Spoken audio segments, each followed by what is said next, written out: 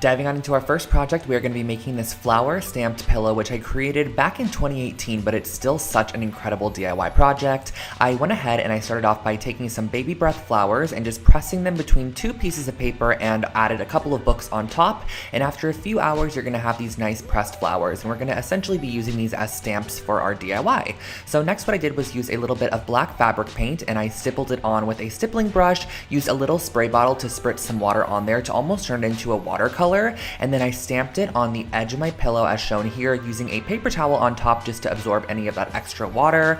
So as you can see, as you stamp it down, it creates this nice kind of watercolor stamped effect, and I created this all the way around the entire exterior of the pillow, making sure to kind of create a circular shape as I went with it, because in the end I wanted to go back with a paintbrush and some watered down paints to add an initial. This is actually based off of a pillow I saw on Anthropology that had an initial on it, and I thought it was super cute, so I wanted to create my own, and that's how this one turned out.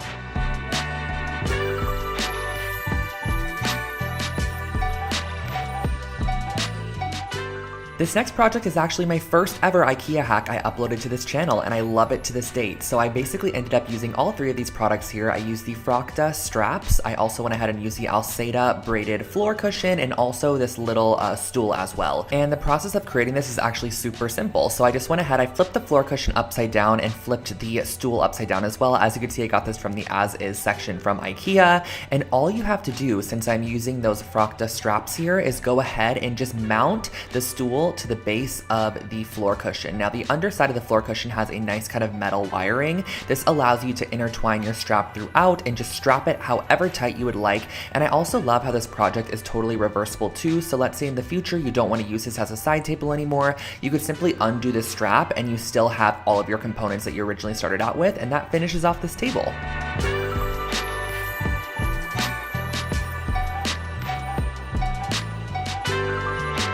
Here we have one of my first ever macrame project I created on this channel, and this is kind of like a faux macrame because you get the look of macrame without actually having to put in all the work needed. So I actually started off with this metal pot here. I believe I got this at Joann Fabric, and some macrame cord also from Joann's. So what I wanted to do is first start off by creating a ring that would kind of go along the top rim of the pot, and we're going to be creating our macrame based off of this ring here.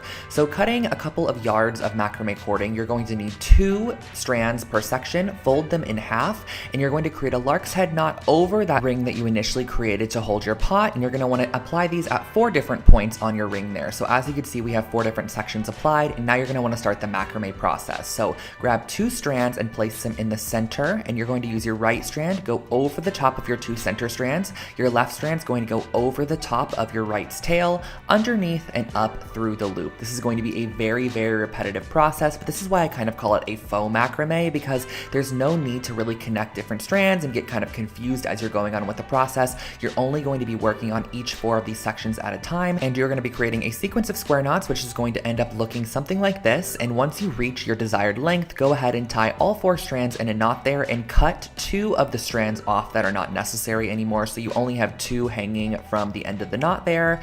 And then once you finish it off, just go ahead and tie all your strands together at the top and hang wherever you desire.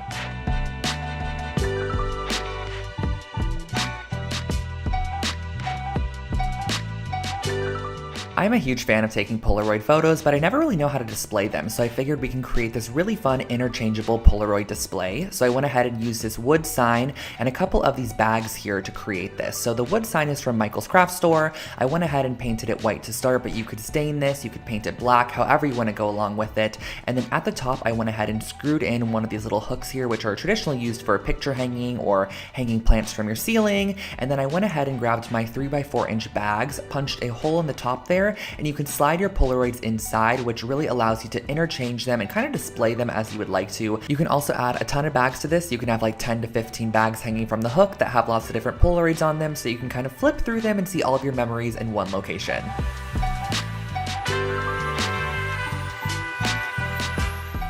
Next up, we have a fun dollar store project. This is wicker lantern lights, and all I did for this project was get some of these little wicker balls from the dollar store, and I went ahead and I spray painted them first with a brass spray paint. Now you could spray paint this however you'd like to, but I thought the brass would be nice because it kind of would make them look like metallized objects on top of your light strand in the end. So I went ahead and sprayed these with a brass spray paint, and once I was finished with that, I went ahead and grabbed my fairy light strand. Now the best way to put this through these wicker balls is honestly to look for larger holes in the wicker. That way you can kind of string it through like a needle and thread. So I went ahead and I strung through my light strand, and I made sure that a light was positioned right in the center of each wicker ball. And once the light was in position, I went ahead and added a little bit of hot glue onto either side to hold it into place, and that finishes off your little fairy light strand.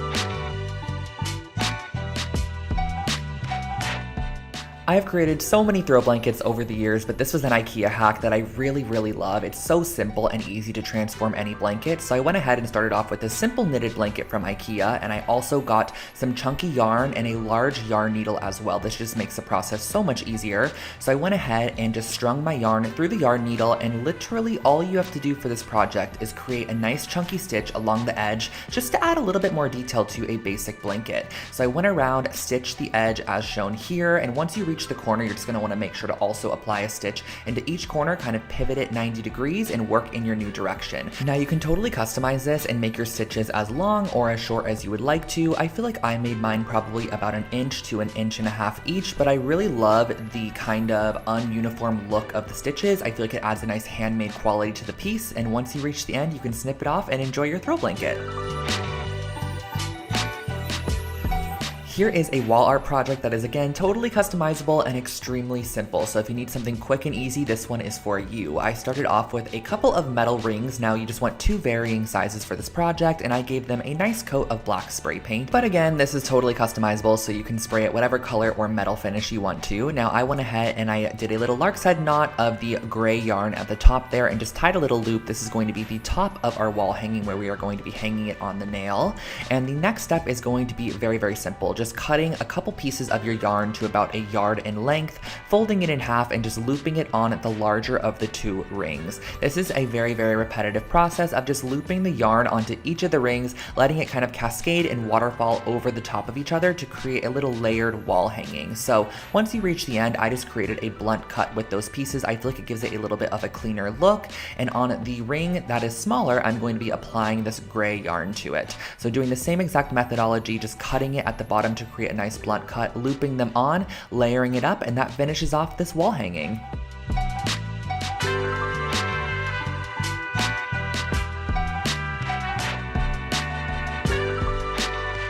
I remember this copper and concrete jewelry stand being a huge hit on my channel, so I'm really excited to kind of be reliving it right now. So you're going to want to go ahead and get a couple of copper pipe pieces along with some concrete and a mold that you're going to be using for your concrete. So I just used some simple concrete mix. You guys all know that I basically suggest the pre-sifted one that comes in the 10-pound bucket. Back then though, when I was creating this project, I did not know about that. So now I do. I highly suggest that one.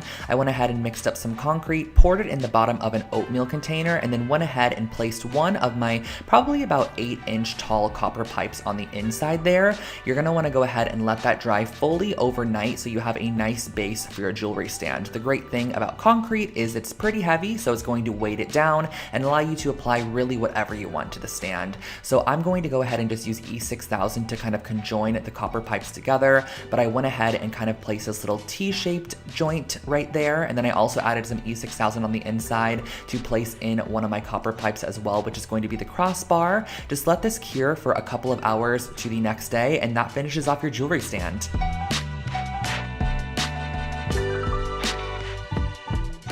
Bringing back another dollar store DIY for you guys. This was from a dorm video that I did, and the total cost of this project was $3.50. I used this cutting board on the left side, which I got at the 99-cent store, some nails, some string, and a pencil. So the first thing I did was actually just kind of trace out or sketch out a crescent moon shape, and then I went ahead and just dotted wherever I wanted the nails to be. I also added a couple of nail holes on the bottom, as you can see there, just to go ahead and allow myself to hang a couple pieces of jewelry off this or whatever I wanted to add to it. Now, I used really tiny 1/2-inch nails, which required me to go ahead and use a plier to hold it into place and then a hammer to securely press it into the wood there. And once you go ahead and hammer in all of your nails, I just went back with this black cotton cording, which I just kind of very no rhyme or reason applied it around the entire moon shape just to fill it in. I also went around the edge to give it kind of a nice clean finish, as you can see here, looping it around every single nail. This is just going to kind of finish it off and give the piece an outline. I just like the way that this looks a little bit more than when it is unfinished,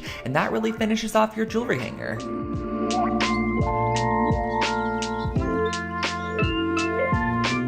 Moving on to our next project, I called this one Floral Globe Decor. Not sure why, because it is more so a fun paperweight or just a cute little shelf decor piece, but I went ahead and I used some resin for this project, a mold, and also some faux florals. So the first thing that I did was I actually sprayed my resin release spray into my mold, and then I pulled off a couple of these yellow roses here. I think I got these at Michael's or Joann's, but you can also get them from the dollar store for sure. So I pulled off a couple of those along with the leaves, and then you're gonna want to mix up your resin. So the resin is super simple. It is equal parts of the resin and equal parts of the hardener. Just make sure to stir each one individually for about 2 minutes each, and then mix them together and stir for about 2 minutes as well. So as you can see here, I'm just mixing it up, making sure it's nice and incorporated, and then you're gonna go ahead and mix them together. So just pour one of the cups into the other one. The resin is now going to start its process of chemical reaction, I guess you could say, and you're going to pour that into your mold there. I then placed in my flowers. You could do flowers, you could do glitter, whatever you have that is small that would kind of fit inside of this resin mold would be perfect for this project. I just opted for the flowers there. I whipped up another batch of resin, poured it over the top to ensure that everything was fully covered, and then you're gonna let this sit for probably about 24 to 48 hours, and that finishes off your little paperweight.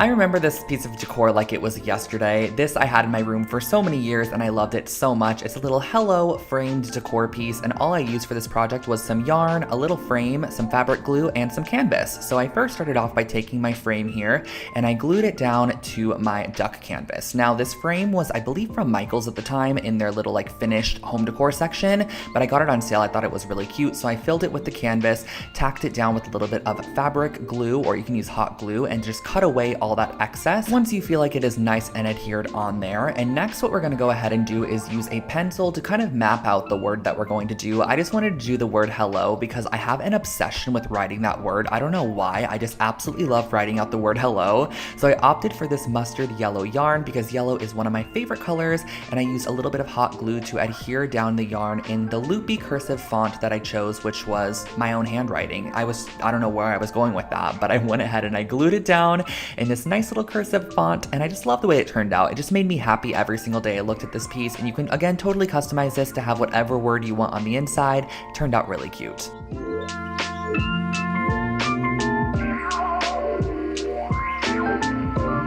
Here we have another IKEA hack for you guys. This was again one of my first ever IKEA hacks on this channel, and I went ahead and I got 3 of these scarf hangers here. And the thing I loved about these scarf hangers is that they actually had like this crocheted edging on them, which I think added so much detail. And I know that IKEA currently does sell these as well. But what I wanted to start off by doing was actually cutting off the little top hanger portion. And every single piece on this is just stitched together with a little bit of thread. So it's very easy to snip that thread and kind of detach the rings if you need to. But I wanted to go ahead and detach the hanging portion and then reattach with a little bit of thread all of the rings together. So I went ahead and I attached 3 sections of this scarf hanger together with a little bit of thread, just doing a couple of stitches between each of them, and you're going to be repeating this process until you have all of your scarf hangers connected. This is so super simple and easy. Just kind of catch the thread, tie it in a good knot, and that really finishes off the process. You can go ahead and hang this on the wall and decorate with some cute little clothespins or little hooks if you have them. I just use this as a cute little inspo board at the time, and I love the way that it ended up turning out.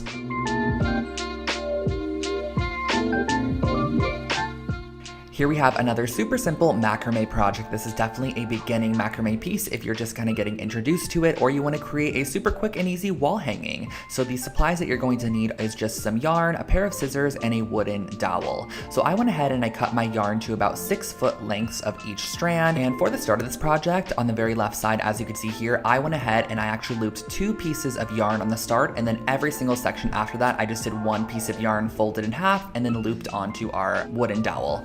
So moving on from there, you're going to be creating, again, more square knots. This project only requires square knots, so it is very, very simple. A square knot is left over right and then right over left, and you're going to be doing this all the way down with the neighboring strand. So you're going to be grabbing a strand from one side, the strand from the neighboring one, and tying them together, and it's going to cascade downwards into a triangle shape until you reach the very end. So I went ahead and just repeated the process all the way down. You can actually go in and swap colors if you'd like to, and I also think it would be fun to go in with macrame cording instead of yarn, to use the macrame cord as the base of the project. And then once I was done, I went ahead and I hung it on the wall, and I used a pair of scissors to just trim away the excess yarn into an arrow shape. I feel like this really gives this piece a little bit more shape and overall a little bit more interest.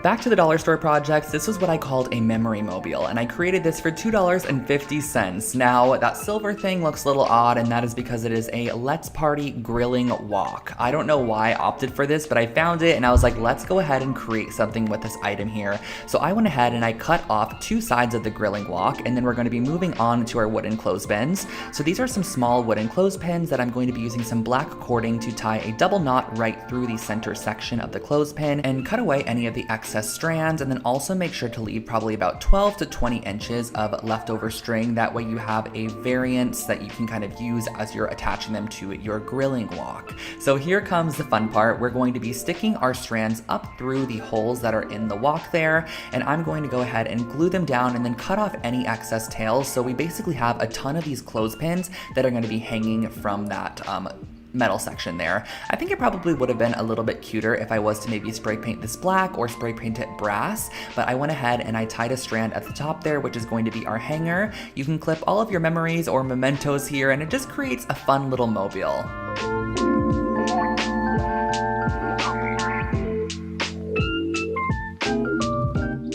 Here we have a super affordable take on a mixed metal wall hanging. So this is a moon phase wall garland, and what I used for this was some chipboard, some spray paint, some chain, some wire cutters, and that was pretty much all for the project. So I started off by spraying my chipboard or my thick kind of heavyweight cardstock with some copper spray paint, and then I went ahead and I cut apart a lot of these pieces of silver chain. Now if you want to, you can go ahead and use copper chain as well, but I wanted to go in with silver chain and kind of have that mixed metal look. I really love that when it comes to minimalistic wall art. I think it adds a lot of detail and interest. So I went ahead and I cut those apart, and I actually just hot glued those on to the chain, which I would never do nowadays. I would definitely use a jump ring if I was to recreate this project, but I think back then I didn't have jump rings, and honestly, this was going to be a super, super lightweight project in the end, so I knew the hot glue was going to hold for sure. And I think the varying lengths of silver chain across this piece kind of give a lot of detail. If you had everything at the same level, it honestly in the end would kind of just look a little bit boring, so I love mixing up the lengths of chain for those vertical sections to make sure that the moons are kind of hanging at different levels once you actually hang it up on the wall. And this is what the chain base is going to look like, and the next step is going to be cutting out some moon shapes. So you can totally print out some shapes if you'd like to, or you could freehand them like I did. I just kind of penciled them onto a piece of paper, cut them out. I love the organic look of it, and I just glued them on with some hot glue, and that finished off your wall hanging.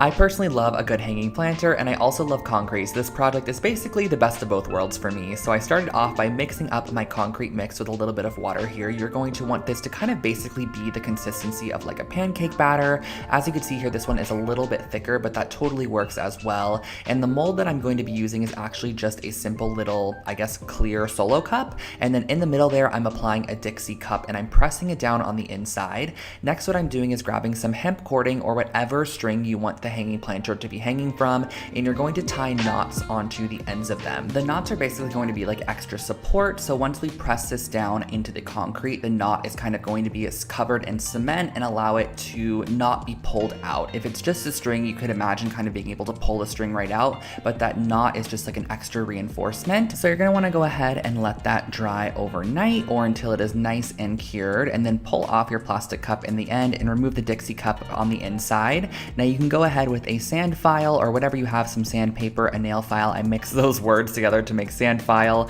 to sand away any excess concrete. Tie your strings into a loop at the top, and that finishes off your concrete planter. Now this next project is actually one that was inspired by anthropology. I bought a wall hook a while back, and so many people were like, can you please like recreate this on your channel? And so I did. I basically found this wooden wall hook blank from Michael's or Joann's, some craft store, and I ended up spraying it with my brass spray paint, so it had the similar brass look to the anthropology piece. And then I went ahead and Googled the constellation for Leo. That is what I personally am, but you can totally change this up for your own star sign. I just did Leo for myself, and then I went in with a little bit of black acrylic paint and just dotted this on wherever the stars were in that constellation. And then I connected them with some lines and just kind of cursively wrote Leo at the bottom. I guess it's kind of lucky that I'm a Leo because I didn't have to write that much. And then around the edge, I went ahead and I just did a little dotted kind of pattern just to add a little bit more detail, and that finishes off your wall hook. This brass mirror here is one of my favorite DIYs I've ever created. I've actually done a couple different versions of it on my channel throughout the years, and it's just such a fun project to create. So all you're gonna need for this is actually some artificial flowers and a mirror of choice. So these artificial flowers are just from a craft shop. You can get them at the Dollar Tree or Joann's, Michael's, wherever you wanna get them from. And I just went ahead and started by giving them a good dousing of brass spray paint. And this is actually going to just be our first layer of spray paint, kind of just to give an overall coat of that brass color. And next what you're gonna want to do is actually kind of find the placement on your mirror for these pieces and use some heavy duty hot glue to glue and adhere them down to your mirror. So once you have them all glued and adhered down, this is where we're going to go in with our brass spray paint once again, and making sure to cover up any of the mirror sections and really thoroughly coat those pieces in that brass spray paint to give it a full-on finished look. And of course we're going to need something to hang this up with, so I didn't want to use this white yarn here, so I just actually sprayed it with the gold spray paint, and it ended up looking great in the end. I adhered it on the back side of our mirror, and that finishes it off.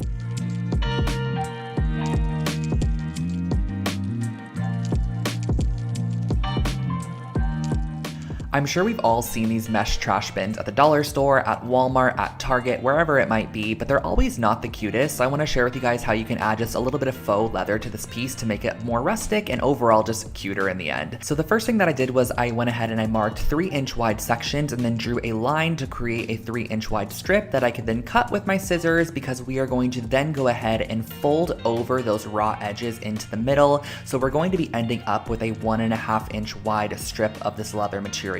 So you're going to want to do this, that way you have nice clean edges on the front there. And then on the front side of your wastebasket, using a generous amount of hot glue, you're going to be applying your faux leather material and then creating kind of a little loopy handle at the top, which again is just for visual interest. There's no like rhyme or reason to this piece. And then I cut off the excess at the bottom there and went in with a little bit of white embroidery floss. I probably should have done this with like some jute cording or something just to match the vibe a little bit better, but I think it turned out cute nonetheless. So I went in and I just added a little X shape to secure the leather in place a little bit more, but also add a bit of detail to that edge there. I think this adds a nice touch. Tie it off on the back side, repeat on the opposite side, and that finishes off this basket.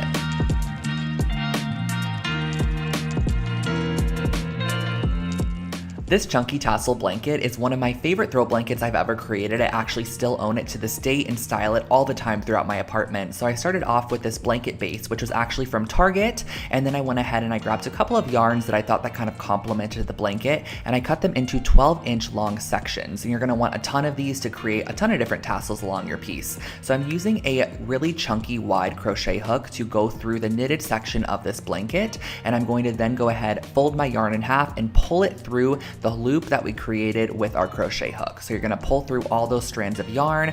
Once all 3 of them are pulled through, you're going to then go ahead and pull the tails through that loop, and that finishes off your first tassel. Now, to determine kind of the pattern you want to go with or where you want to apply your tassels, you can map it out first if you'd like to, but I just went ahead and did chunks all around the blanket, making sure that I had kind of like an even spaced amount of chunks of different colors of yarn that just add pattern, texture, and dimension to the piece. You can also just go around the edge and do like a tasseled edge if you want to, but I just wanted to mix up the yarn, so I did a variant of white yarn. I also added in some that had these gray kind of flecks throughout it, and then the end I just created these little tassel sections on the blanket, which just kind of give a little bit of detail.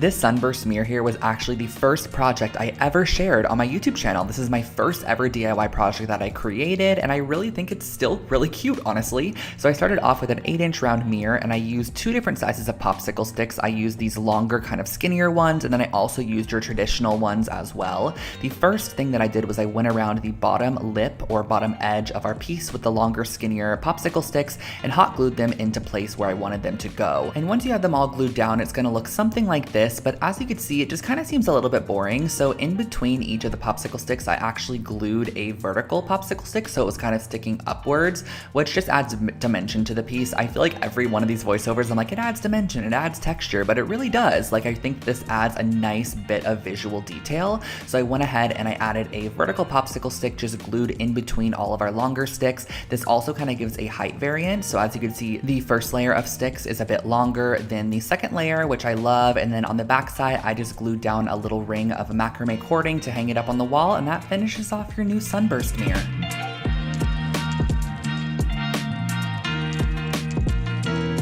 Creating a concrete coaster set is actually extremely affordable and not as hard as it looks. All you're going to need is a couple of solo cups, some concrete mix, some water, and a hot glue gun. So the first thing that we're going to be doing is actually cutting the top rims off of our solo cups and creating our very own mold. And I'm going to be gluing down the top of our solo cups to the notebook cover there. So we're basically creating our very own mold. So next what I wanted to do was mix up the concrete and pour it into the mold that we created. So you're just going to tap that in, making sure that you added enough hot glue around the perimeter of your mold to where the concrete will not seep out at all. Let that cure overnight, and once it is fully cured, you could basically demold your new set of coasters by pulling off that notebook cover, and this is what they end up looking like. You could sand the edges with a nail file or a little bit of sandpaper to give them a nice finish, and that's the finished project.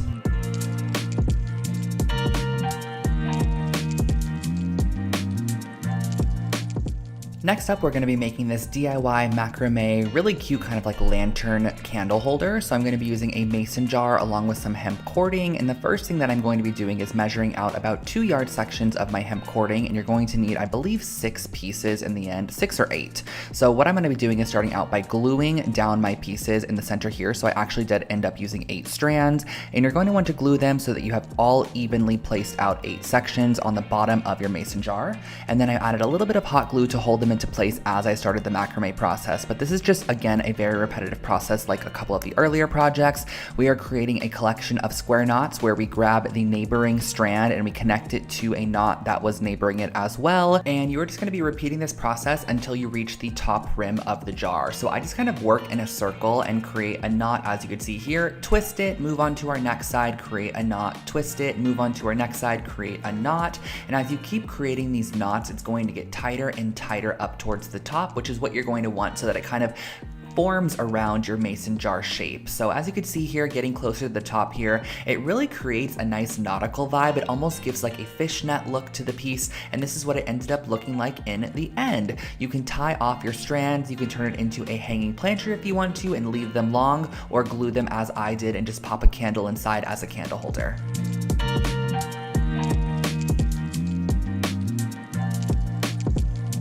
Cork is another really fun material to work with, and it's also super affordable. I got these cork sheets at the dollar store and I wanted to turn them into some geometric wall decals, which you can just use as wall decals if you'd like to, but you can also actually pin things into them and use them as kind of like a little pegboard. So the first thing that I did was I just created triangle shapes out of the square shape, and I highly suggest using an X-Acto knife for cutting cork. It is so simple and easy. All you have to do is just kind of create a couple of strokes across using a ruler, and the cork will cut nice and smoothly. So I went ahead and I created these. I also went ahead and created some smaller ones as well, just using a fourth of the cube. And in the end, I had all these different triangle shapes, which I could then go in and add a little bit of painted detail to. So using a little bit of Scotch tape, I just applied that on the edge there. And this one in particular, I wanted to have a nice little white edge. So I went ahead and I added some white acrylic paint on there. I also painted some fully white as well. And once you're done, you can pull off your acrylic paint and you can just attach these to the wall using some 3M mounting squares, and that finishes off this project.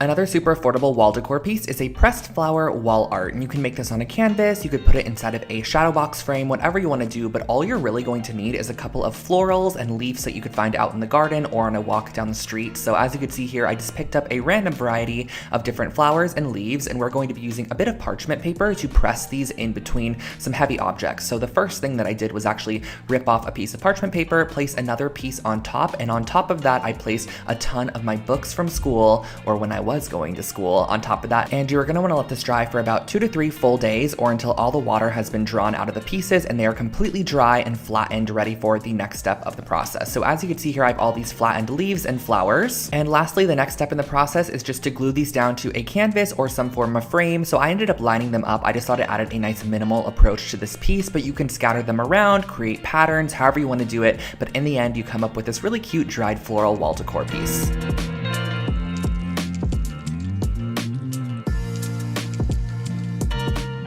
Whenever I create these IKEA rugs here on the channel, you guys always love them so much, and this is going to be one of the designs that I've done. I believe I've done about 3 to 4 of them, but I'm using the Lowhouse rug, which is basically a jute knotted rug from IKEA, and I'm also going to be using some masking tape to mask off any sections that I want to apply the spray paint to. So as you can see here, I applied 2 borders that ran horizontally, and then I applied a ton of vertical strips, and each one of these vertical strips took up about 2 different knots. So I kind of used my knots as measurement, and my masking tape that I used, which I believe was about 1 inch wide, ended up covering 2 full knots, so I was able to kind of measure out as I went, and then I went ahead and applied on my paint here. So I'm just using a regular white acrylic paint. Now, since I've actually created a couple of these rugs since this project was created, I highly suggest using spray paint as opposed to just acrylic paint. Honestly, it is so much easier. You can just spray right over the top of your masked area, wait for it to dry, peel it off. I also feel like the paint goes on so much more opaque as well, and if you do this process, you could apply a clear coat on top to lock it in.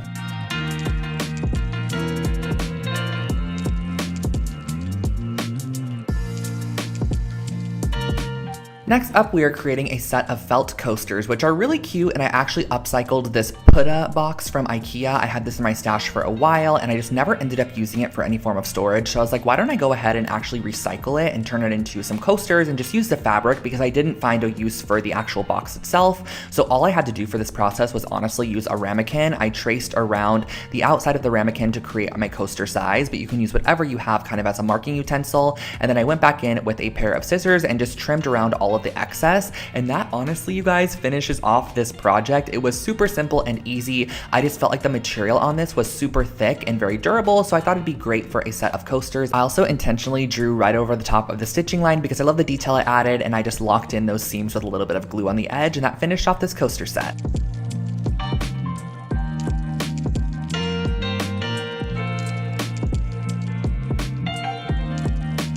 This project here, you guys, really takes me back because this was such an old DIY that I created, but honestly, it's still such a cute concept, and you can totally use this on really anything that is glass and kind of create a frosted glass look. So the first thing that I actually did was just grab some regular old printer paper, and I'm going to be cutting out some triangle shapes, which are going to be our masks. So I cut a 2-inch wide strip of paper, and from that paper, I went ahead and freehand cut a couple of triangles. I just like the organic shape of a freehand cut triangle as opposed to measuring them all out. I think it kind of adds a little bit more of a boho element to this piece, and I went ahead and I actually adhered these down with just some water-based glue, just an Elmer's glue stick, because it's super easy to remove from glass. It's kind of just a temporary fixation at the moment. And then what I went ahead and did was actually spray on top of it a coat of sea glass spray paint, and as you can see, when you go ahead and remove those masked triangle sections, it reveals the shiny clean glass underneath, and you have a frosted glass over top, which overall gives you this kind of nice embossed etched look.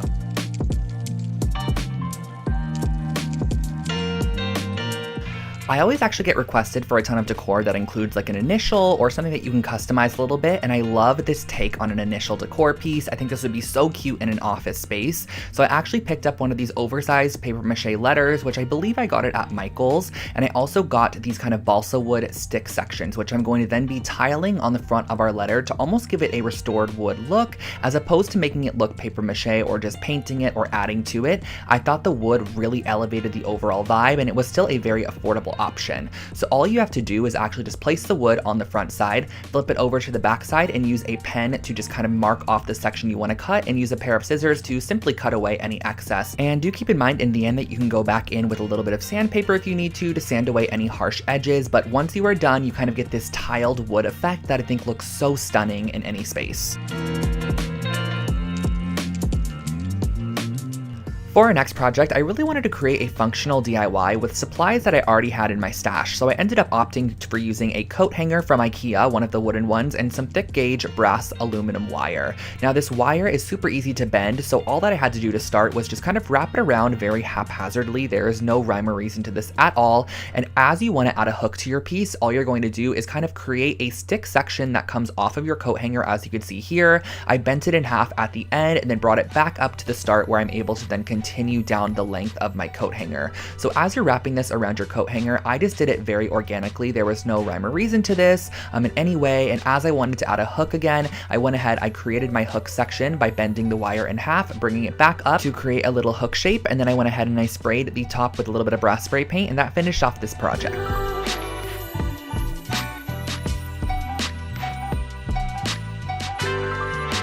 Here is a way to take a simple mirror and turn it into something a little bit more elevated and rustic. So I wanted to turn this into a jewelry holder. So I started off with a square mirror. I also used some balsa wood, some spray paint, a couple of hooks, and some E6000. So the first thing that I did was I cut my balsa wood to be the width of my mirror, and I went ahead and screwed my hooks into one side of the balsa wood on the bottom there. So I went ahead and I screwed in, I believe, about 5 of them, and I used this hammer finish dark bronze spray paint to give this more of a metallized finish, and I think it looked really, really cool in the end. You could spray this or stain it as you would like, and then on the bottom of the mirror I went ahead and I applied our hook section, as you could see, and on the top of the mirror I just applied the other wood section just to kind of make it look like it is framed off. And on the back side you're going to want to also allow it to be hung up, so I used a little bit of chain that I had in my stash. I used E6000 to adhere it down. Once it was fully dry, you could hang this up and store your jewelry.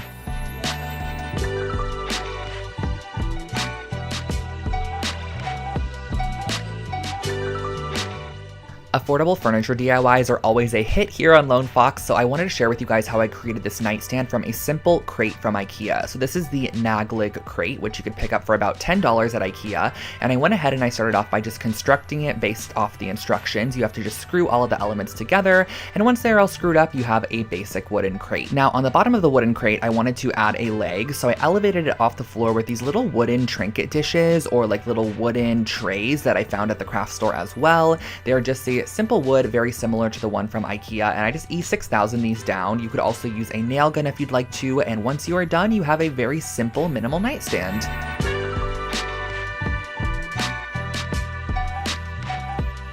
This next piece of decor is a great way to add more of your accent color throughout your space because it's totally customizable. You can select the colors of yarn you want to go for, and the first thing that you're going to want to do is actually tie a piece of yarn across the bottom side of this ring here. This is going to be where all of our other yarn sections are going to be hanging off of, and I suggest starting from the bottom. That way you could build up and layer your yarns as needed. So all we're doing here is a simple lark's head knot by cutting a little bit of yarn, probably about 6 inches long, because you could trim it after if needed, and attaching it to the yarn piece that we added on originally. So I just varied up my yarn a little bit. I did a little bit of the white fleck and also the yellow on the first section, and then here on the second section I opted for this twisted yarn that had yellow and white in it. I added a little bit of blue, and then on the third section at the top I just filled it in with a couple more colors. So once you are completely done, it'll look something like this. You could trim off the excess, and here's your decor piece.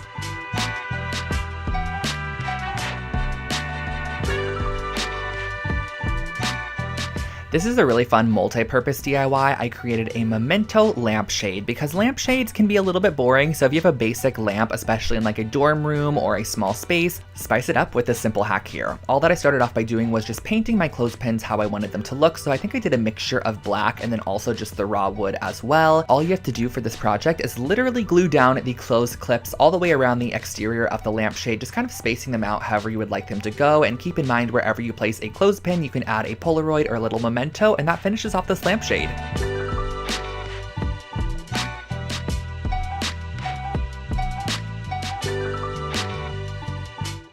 It's actually really fun redoing these voiceovers because I forget how many fun projects I could recreate currently that I would love to have in my apartment, such as this wool magazine holder. These are super affordable. All I did was I picked up this gray toned felt from the craft store. Each felt sheet costs under 50 cents and I cut it in half to start. Then what you're going to want to do is actually fold it into thirds like this. That way you have nice clean edges on the front side and it doesn't have any cut edges. I ended up using some Fabri-Tac adhesive to glue it down on a third of the piece. Then I added a little bit more adhesive on top of that, folded it over once more, and you have a nice tripled up felt piece, which you are going to want to make 2 of. And then once you have both, you're going to glue them together just about 1 inch on the bottom. Just glue these 2 strips together, let them dry. Once it is dry, use a push pin to secure it in the wall and place your magazine inside.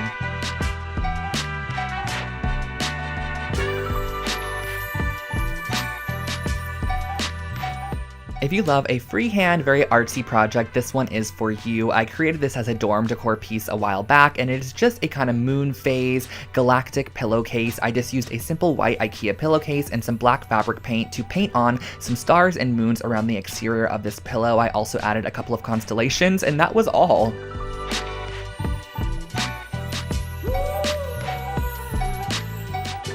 I still to this day create these reworked sweaters for Christmas gifts or birthday presents. All you're going to need is a couple of old sweaters. This is a Champion and also an Illinois sweater from H&M. And all I did for this project was just cut the sweaters directly in half down the middle. The great thing about this project as well is that you can actually get 2 finished sweaters from your 2 original sweaters. So it's not like you're scrapping any material at all. So what you're going to want to do is actually pin the right sides of your sweaters together down the front, and you're going to be sewing this up the entire front side using just a straight stitch. I suggest doing the triple straight stitch so you have a nice strong bond. I removed those pins, and on the back side you're going to put right sides together once again. Add a pin every couple of inches to hold the fabric together, add a nice straight stitch all the way throughout, and that finishes off your brand new reworked sweater.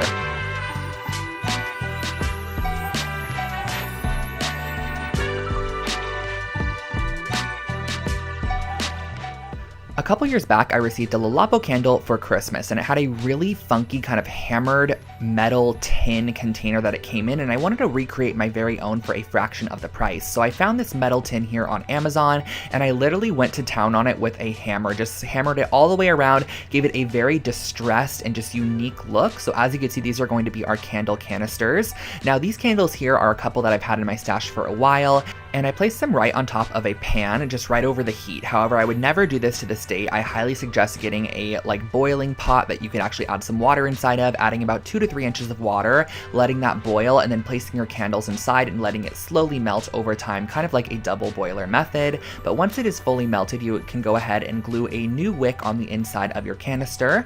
And then once that is adhered inside, you can go ahead and pour your melted wax very carefully into your canister there. I actually poured both candles in here and mixed up the waxes, but you can totally do one style or create your very own scent with some essential oils, and that finishes off your hammered 10 candle.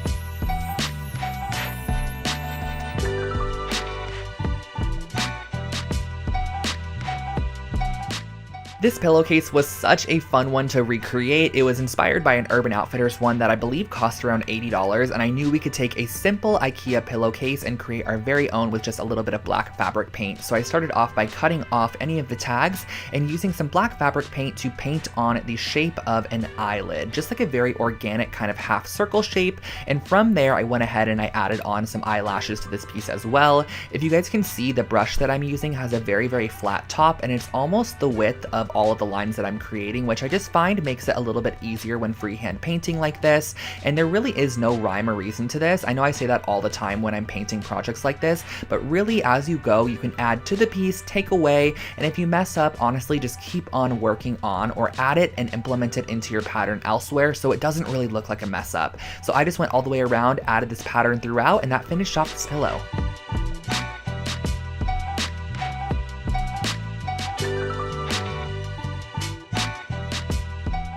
Another oldie but goodie was this geometric wall hanging. I remember when these geometric shapes were super trendy in interior design, and if it totally matches your style currently, this is a project you should definitely recreate because it is super simple. But a humongous pointer I can give you for creating this project is to work on top of wax paper or parchment paper and just basically lay your sticks down and apply glue on top of them. That way you're not adhering everything together and having to wait for it to dry and it's sticking to your surface. Just work on top of a wax paper or parchment paper and it will easily be able to be removed. I also use the tip of my hot glue gun to kind of melt down any excess hot glue sections. So I created these 3 almost pinwheel style shapes and I attached them together using a little bit of yarn. You're just going to use about 8 inches of yarn between each section to attach them together. Once you reach the end, just tie a little loop at the top that you can hang it off with, and that finishes off your brand new wooden geometric wall decor hanging.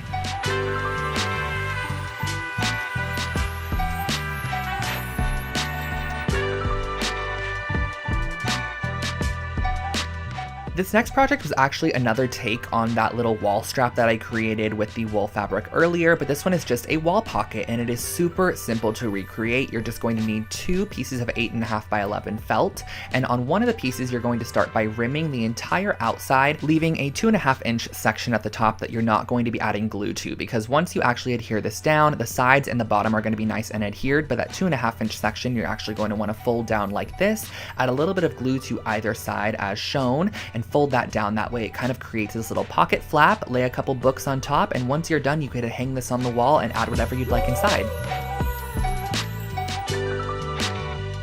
This little trinket box turned out super cute, but honestly the technique that I used to create a crackle finish is just a fun one to have in your DIY skill set. So you're going to definitely need some Elmer's glue, some acrylic paint, and a wooden box of your choice. So the first thing that you're going to want to do is actually go ahead and paint it with the color that you want your cracks to be. So I went ahead and painted it white to start. You could paint it gold if you'd like to and kind of have a gold crack underneath black, which I think would be really pretty, or you could paint it however you'd like. The next step is going to be applying a generous layer of Elmer's glue on the top section that you're going to be applying, and then right over top of the Elmer's glue before it can dry, literally immediately after applying it, go ahead and apply on a layer of your acrylic paint, and as it starts to dry, the glue will actually separate the paint and create a cracked finish, which is really great. So the thicker the glue you apply, the thicker the cracks, and if you want daintier cracks, just apply a thinner layer of glue.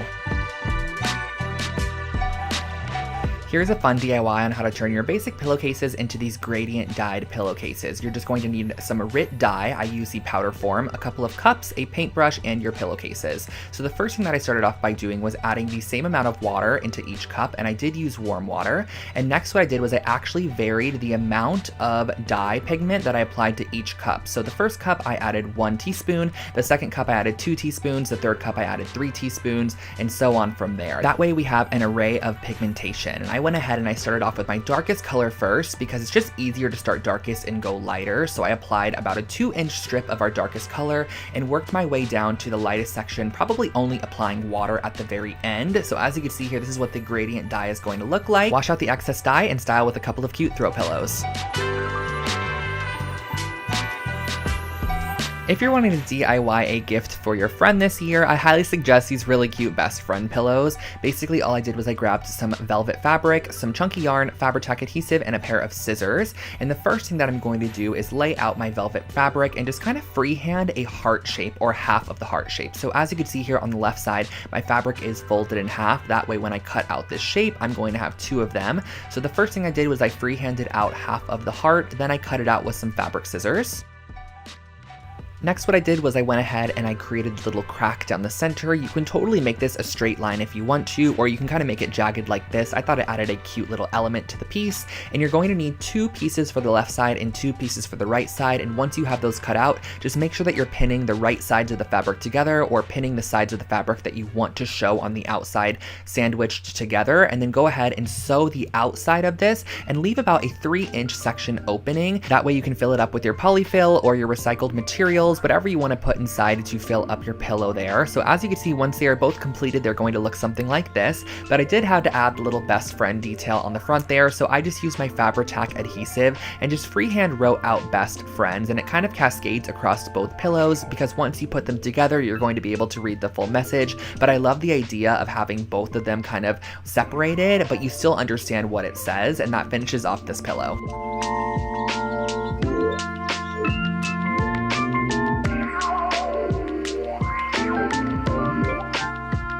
Another super affordable set of coasters created here on the channel were these leather wrapped coasters. Now the supplies are very minimal. All you're going to need is some foam board and also some faux leather material. So the first thing that I did was I cut down the scrap piece of foam board into 4-inch by 4-inch squares. Those are going to be our coaster size. Next, once you have those cut out, you're going to go ahead and just cut out a piece of your vinyl leather or your faux leather and cut it out with about 1 inch to spare on all the edges. That way you can go ahead and apply your E6000 adhesive on the bottom side, press it onto your faux leather material, and then you're going to press that down just as shown here. Next, what I did was I cut off all of the corners. That way we can create a nice clean fold, and I also make sure to leave about 1/8 inch of material on that corner. That way when you fold it up, you get a fully covered corner as opposed to having any of the white show through there. So I just went ahead and I adhered down all of our flaps on the back side, let it dry, and cut out a piece of material to glue over the top of those flaps there. And once you are done, this is your finished coaster set.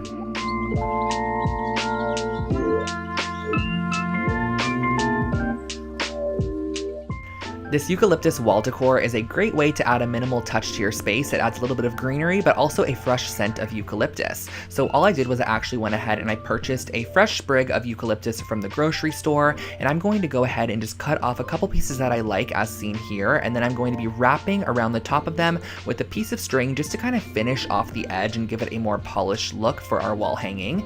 Tie off your string at the end and leave probably about 2 to 3 feet of excess string. That way you can vary the lengths as you apply it to our wooden dowel a little bit later. So just go ahead and tie these off onto all of your pieces of eucalyptus that you want to add. I believe I did an odd number of about 7 pieces. So once you have all of your eucalyptus all strung up and ready to go, we can start applying this to our wooden dowel.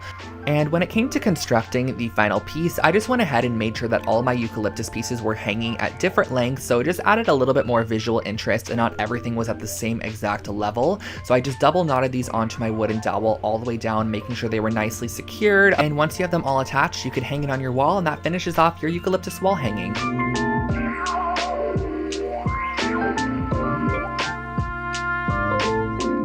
This next project is an IKEA hack where I basically took these wooden cutting boards and I measured 1 inch in on each of the corners and I marked the inch in spot. That way we can know where we're going to be drilling our holes later, because we are going to be turning this into a hanging shelving unit. And this project turned out so cute. I love the way that it turned out in the end. So I just went ahead, brought these pieces outside and used a drill bit that was wide enough for the rope material that we're going to be using here. So as you can see, I got this rope here at the Home Depot. It is a simple nylon rope. And the first thing that I did was I grabbed 2 pieces of my rope and I folded it in half at the very middle point and I tied it in a knot as shown here. Next, what I did was I measured down about 18 inches from our knot and I just made a little marking on our piece because that is exactly where we're going to be tying our knots on each section. Now the knot is what's going to be holding our shelf in place, so you're actually going to want to make sure that all of your knots are in a very similar spot. That way your shelf is very level and it's not off center, because if you have knots that are hanging lower on one side, your shelf is then going to hang lower on one side as well. So using a ruler, measure down about 12 inches, make a marking, and just make sure that you tie your knot in the same spot once again. The great thing about this project is you can totally adjust the knots as needed. They're not anything that is super tight, and once the shelf actually sits on top of the knot, it kind of tightens itself naturally. You can hang this up and enjoy your new hanging shelf.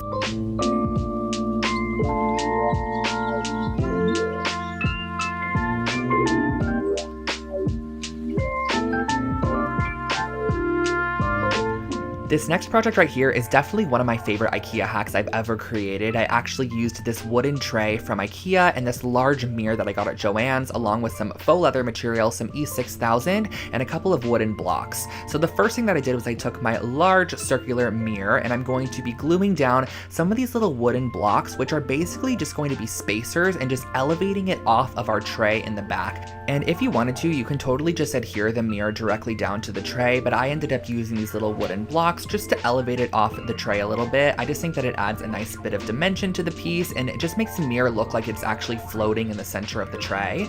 And next what I did was I grabbed this faux leather material and I'm cutting out a 3-inch wide section. And you're going to want to make these strips down the longest side of your fabric, because we're going to want very long strips. That way we can create the band that's going to wrap around the outside of our mirror and just give it that very rustic, elevated appearance. So using a little bit of hot glue, I just went ahead and I adhered this down the entire strip there, just making sure that I folded it in half. And the reason that I did fold it in half was just to save a little bit of my material. I knew that the folded in half section, or the ugly side, can face the back of the mirror, which is going to be against the wall. So what I did was I just adhered my strips together, and then I E6000 them on the outside of my mirror using clothespins to stick them down as the adhesive dried. Now what we're going to be doing towards the top here is creating this little section, which is kind of like a triangle, and you're going to want to adhere these two strips together there, place a book on top, let it dry, and once it is dry you can hang it on the wall.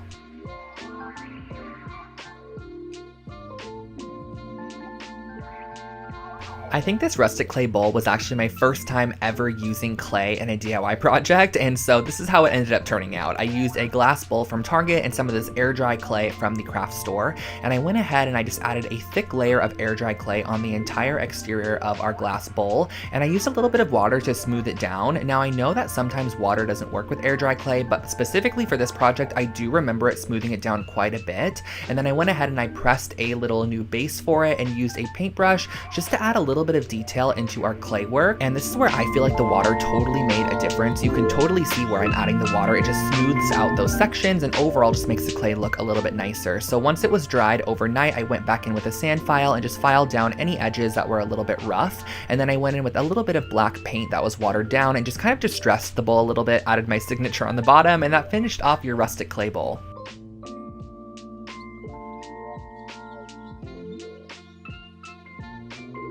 As many of you guys know, I love making throw pillows here on the channel, so here is a geometric yarn pillow that's really fun to recreate. I just used one of the Vigdis pillow bases, some white yarn, some Fabri-Tac adhesive, and some scissors. So all I started off by doing was grabbing a ruler and just kind of creating a couple of geometric shapes on the front side of this pillow. These shapes are kind of just going to act as a basis for our geometric yarn designs that we're going to be creating on top there. So as you can see, for the first one here, I actually cut every single individual piece of yarn all the way across, but as I worked on this pillow a little bit more, I realized that I can just make the yarn kind of loop back and forth, and I was going to be creating a border on it, as you can see here, with a little bit of yarn in the end. So I knew that those would be covered. So I just went ahead and I created these little sections on the front of the pillow, filled them in with yarn, and once they were done, it just reminded me of a piece you would see at Target.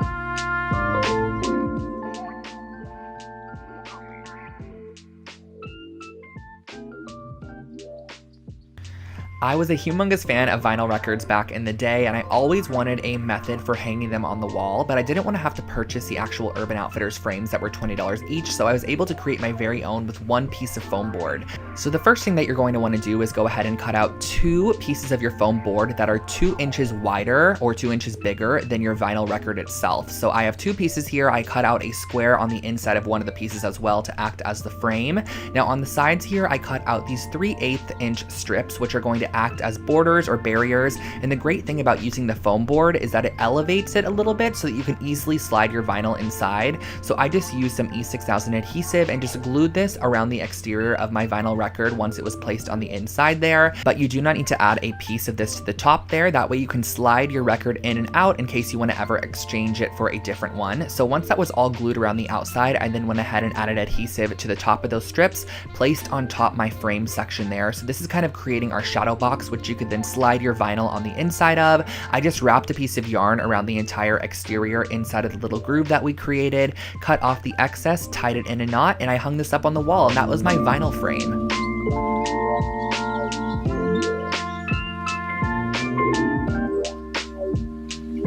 This next wall art piece was actually inspired by a piece I saw on Anthropologie's website, but it was $600, so I opted to create my very own piece using this $30 gold frame from Target. I took out the paper on the inside and traced it onto a piece of heavy-duty watercolor paper, and I'm just cutting that out there, and I'm going to start by using this golden paint in the color Carbon Black and mixing it with a little bit of water to create my very own watercolor. Next up, using a very thick watercolor brush, I'm kind of just going to start tracing out a couple of loopy shapes on the right side of this piece of paper and drag it over, following my reference photo to create a couple of other lines as well. This is definitely a super abstract piece of artwork, so there is no rhyme or reason to this piece whatsoever. And I did also go ahead and darken up some of those sections using the paint just right out of the tube, and once I was done with it, I let it dry, popped it back in the frame, and that finished off this wall art piece.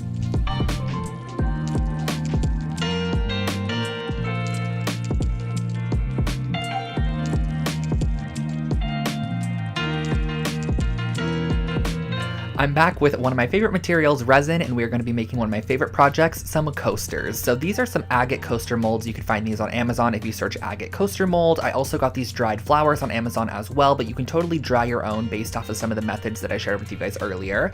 But the first thing that I want to do is go ahead and mix half and half of our resin together. So you're going to want to use equal parts of resin and equal parts of hardener. I just find it a lot easier to measure them in 2 separate cups. That way you know that you have equal parts, because if you don't, it's not going to cure properly. So once you do have them mixed up, go ahead and stir it for a couple of minutes and add your glitter. Now, the glitter goes such a long way, you guys. I thought what I added was a small amount, but it ended up being quite a bit. So I stirred it throughout my resin, and then I poured a thin base layer into the mold itself. That way I can just go ahead and start placing in my flowers and give them something to grip to. So I placed them right on top, positioned them into the position I wanted them to go into, and then I filled and topped it off with the rest of the resin material. You're going to want to let this dry overnight for about 24 hours or so, and once they are fully hardened and cured, you can just pop them right out of the mold, and you have these really, really cute coasters. However, I wanted to elevate mine and take them just one step further, so I'm using some of this brass gilding paint. Just go and carefully paint around the edge of these coasters to give them kind of like a metallic finish on the edge. I just think it kind of locks in the design, and that finishes them off.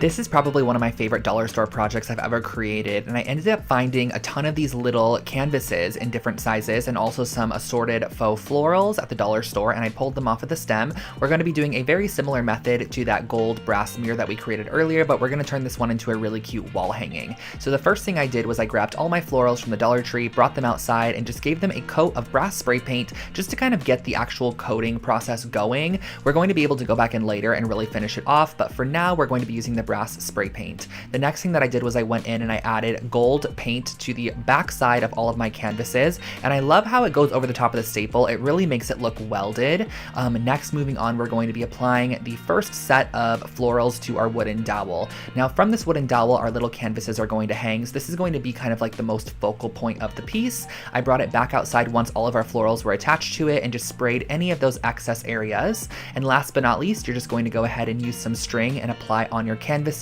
Inside of these little canvases, you're actually able to go ahead and just pop in a photo or however you want to style them.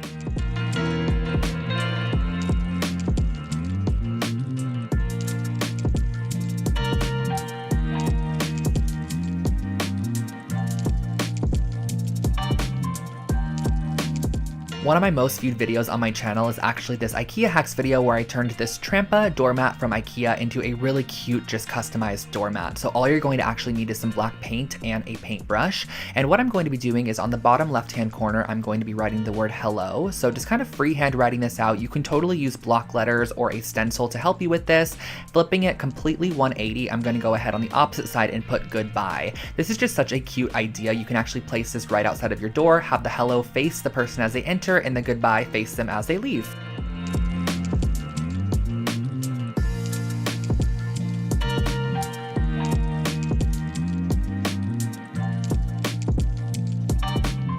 Of course, I had to include a little bit of DIY organization. So I picked up these little folder or paper holders. These are from IKEA. They're just made out of cardboard. And I wanted to transform these into kitchen organizers for my friend James's kitchen. So we ended up going ahead and using some navy blue paper, which matched the color scheme of the kitchen. And I went ahead and just kind of wrote on there what was going to be in each of them. And after I cut them out, I went ahead and added a little white border as well. This is totally optional. You can add it or not, but I just thought it added a cute little touch to the piece. And then all you have to do on the front side of your organizers is just glue them towards the top there, and that finishes off these organizers. They slip nicely into drawers and you can pull them out whenever you need any of the supplies that are on the inside of them.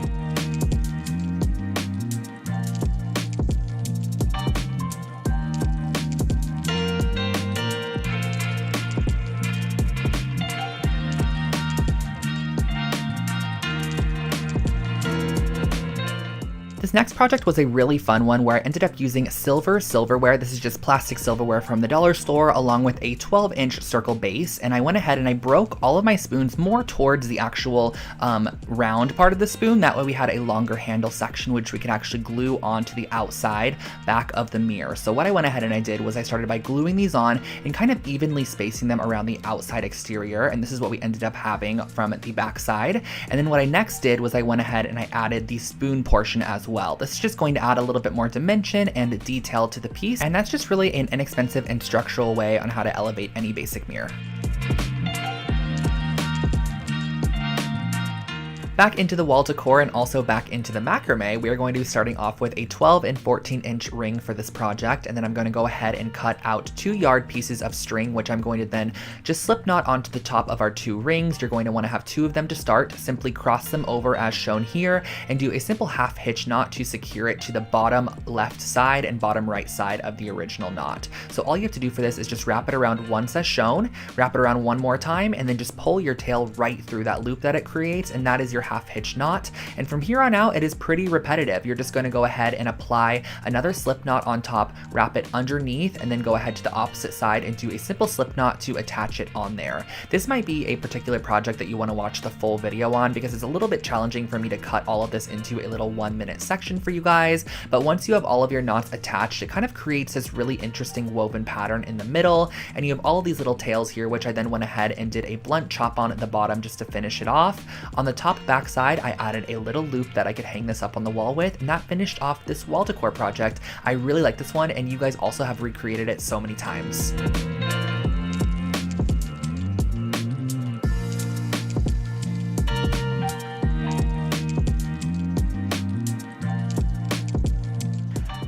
Next, we are heading into some of the aesthetic DIYs that I've done on my channel. I absolutely love creating aesthetic DIY projects for you guys, and I do full videos where I take really trendy pieces and kind of turn them into DIY forms. So the first thing that I'm going to be doing is just rolling out a piece of clay into the shape of a face. I also went ahead and kind of pinched the edges upwards just to kind of give it a little bit of a lip on the edge, and then I rolled out these thin tubes of clay that I used to kind of decorate the face. So I went ahead and created this abstract eye shape that transcended down into a nose, added a couple of eyelashes, and of course we had to add a mouth as well. Once that was fully shaped and kind of in position, I went ahead and baked it in the oven for about 25 minutes or until it was nice and solid.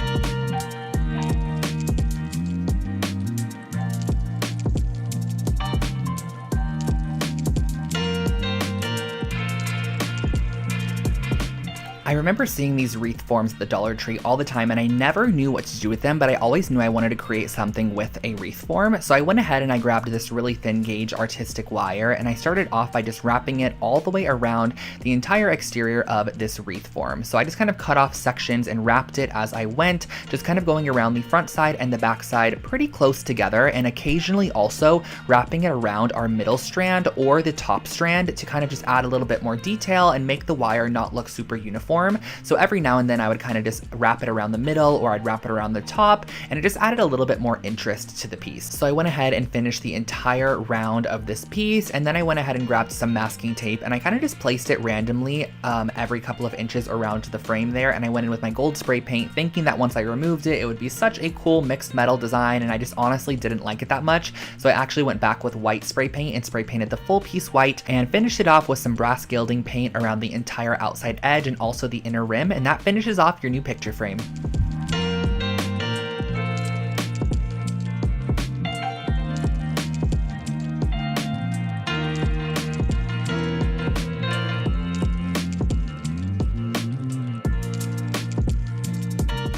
I actually used this tray earlier in a project, which was that mirror. It is the Stockholm 2017 tray, and I used some of these hairpin legs that I found on Amazon. So all you're going to need in addition to this is some strong bond adhesive. So I actually flipped this tray over, and I'm going to use it as the tabletop for our little table that we're creating. This is going to be kind of like a little side table, and I suggest using E6000 to adhere this leg to the bottom, and also go back in and add E6000 into all of those holes at a generous amount. That way, once it's dry, it almost acts as a nail, and that really finishes off this project. Super simple and easy side table recreation.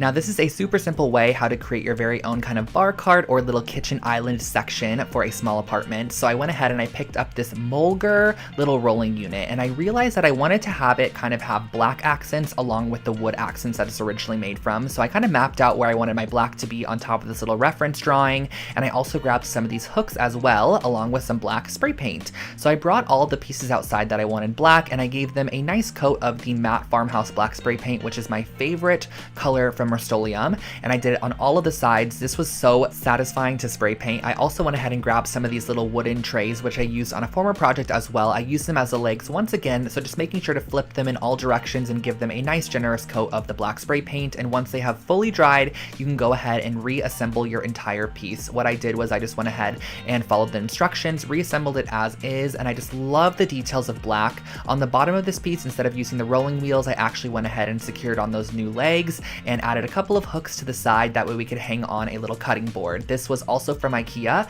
I screwed a couple of hooks into the cutting board. That way you can kind of have it hang off the side. And I thought this was the perfect little bar cart addition to any small space.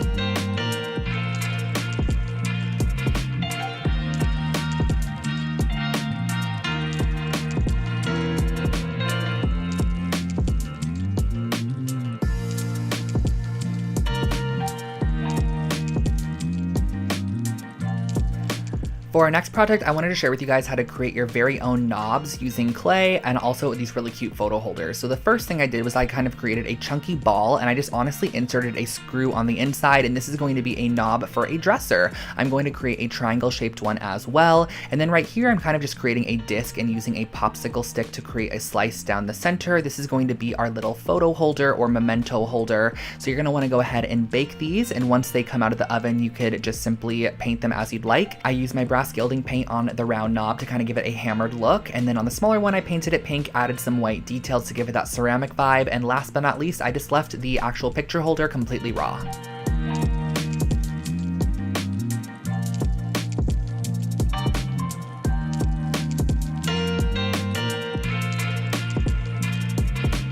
I personally am not a great painter, but I can definitely do an abstract art piece every now and then. So I picked up this wooden canvas and I started off by painting the entire base of the canvas with this cream colored paint.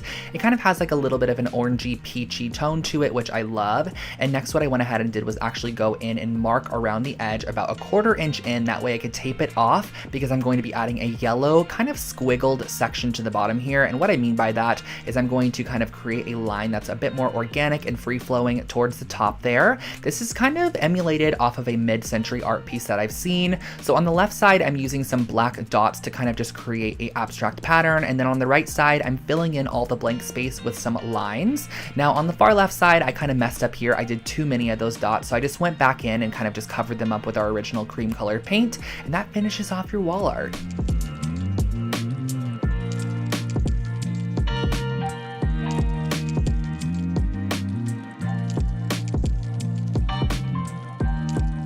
This candlestick DIY is actually one of my most recreated projects on my YouTube channel, and all you have to do for this is actually fill up a pitcher or something pretty tall that you could submerge your full candlestick in with some lukewarm water, and you're going to let your candles sit for about 15 minutes or so. Once they come out of that water, they're actually extremely malleable. They almost are like a wet noodle in a sense that you have a little bit of time to shape them however you would like to. So it's really fun to be able to create these very organic and abstract shapes with your taper candles, and it just makes them a little bit more interesting. anything. You can even go in with a rolling pin like I did with this one, flatten down the wax a little bit, it's not sticky at all, and then go in and twist it to create a funky twisted candle. So there are a ton of different alterations that you could do for this particular project. I also went ahead and kind of created this looped candle. And lastly, I used 2 purple candles to kind of create this standing, it's called a duo candle, where basically the bottom base is kind of twisted and then it has this really cool kind of double-sided candle, I guess you could say. So I went ahead and I tried to melt them together, but it honestly didn't work. I ended up just kind of gluing them together with some hot glue and finishing it off with a little bit of wax. And that is how I finished off all of these really cute abstract taper candles.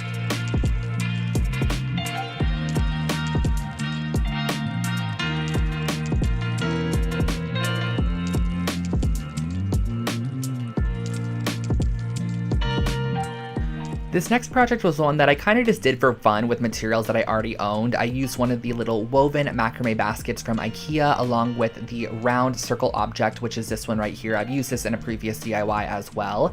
And I went ahead and I constructed it. And what I kind of realized I could do with these 2 IKEA items was actually create a basketball hoop, which sounds strange, but I thought it was really cute for like a little boy's room or something like that. So I went ahead and I cut away the mesh from the bag. So we just had this nice little like layer of mesh that I could then use to create my very own net. So what I basically did to create this net was I went ahead and I added a little dab of hot glue every now and then, and I just adhered it around the actual ring of the little Lindrande piece from IKEA. And once it was fully secured around on the back side, I did adhere it all the way on the back, and I glued together the net kind of on the back side because it was going to be open on the back side. So I glued that together as well.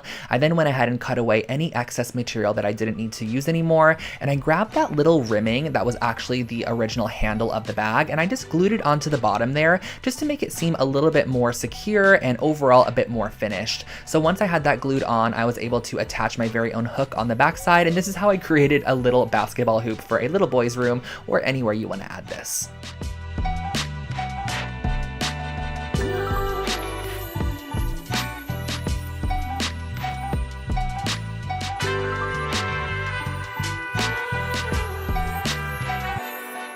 Now this next project was a super cute idea, and I'm going to share with you guys how I would probably do it a little bit differently. So I started off with this plate holder from IKEA, and I cut one side off of the plate holder so that I had the little middle stick sections attached to one side still. So as you can see, this is the piece that I'm going to be using. But something I did for this project, I don't know why I did this, but I just glued it down with some strong bond adhesive when I definitely should have drilled some holes in there and kind of lodged the wood pieces in there so it was a bit more secure, along with some glue as well. Now these shelf brackets I picked up at the dollar store, and I spray painted them with my matte farmhouse black spray paint. And once I had those done, I went ahead and I also sprayed 2 of these little hooks. And my intention for this being used was to actually hang wine glasses upside down on the little dish holder, and then on top you can add wine bottles and anything you want to add on the left side on the hooks.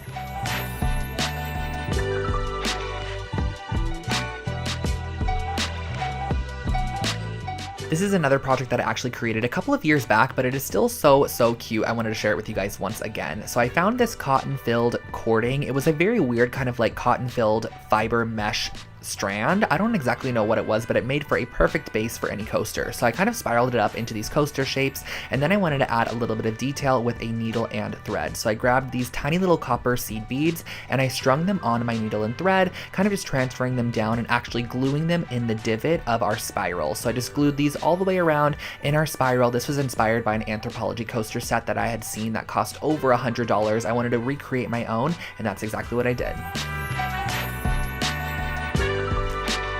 For our next project, I started off with this 14-inch round wood mirror, and I'm going to use my chipboard here, and I'm going to be cutting it down to be 12 inches wide, and I actually ended up having to add 2 more inches since it is 14 inches and about 6 inches tall. So I glued and adhered together 2 pieces of chipboard and just added a little bit of additional glue on the back side to make sure it was nice and secured. But essentially, this is actually going to be fully wrapped in this yarn material, so there is no reason for it to be like extra strong or anything, as it will be glued down to the mirror once it is done.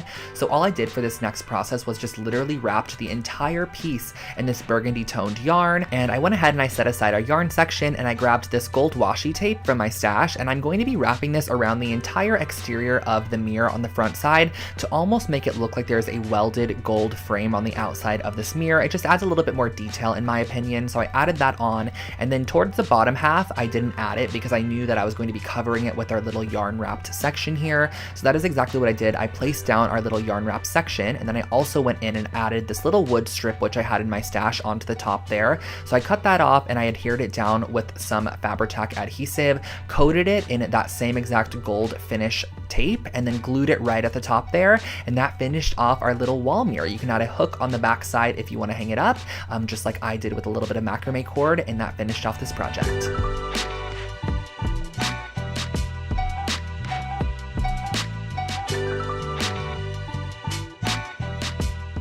This next project blew up on TikTok, and I knew I wanted to recreate it here on my channel, so I actually grabbed 2 different gallons of soda. This is actually just ginger ale gallons, and I went ahead and I cut the tops off with an X-Acto knife, and I grabbed this fairy light pack. Now, this fairy light pack was from Amazon, and if you plan on running this all the time, I do suggest getting one that plugs directly into the wall as opposed to a battery-operated one, which you're gonna kind of have to hide the cord down the wall if necessary. So what I ended up doing was just using the battery-powered one. I'm just gonna use this on more special occasions. So I went ahead and I glued the battery pack on the inside and glued the 2 pieces together, and then I added a string which is going to be used for hanging it up. I suggest gluing down the string first rather than adding the polyfill, because the string honestly is kind of hard to find once you add all of that polyfill, so make sure to add your string first and then go ahead and just apply clumps of this polyfill material, which is essentially what you use to like stuff a doll or stuff a stuffed animal with, or a pillow. I just glued this on around the outside. And a little tip for you guys that I learned from somebody who actually creates these is to use hairspray to make sure that your polyfill stays together. So you can spray hairspray on it as if it's actual hair, and it will kind of make it stay together a bit more.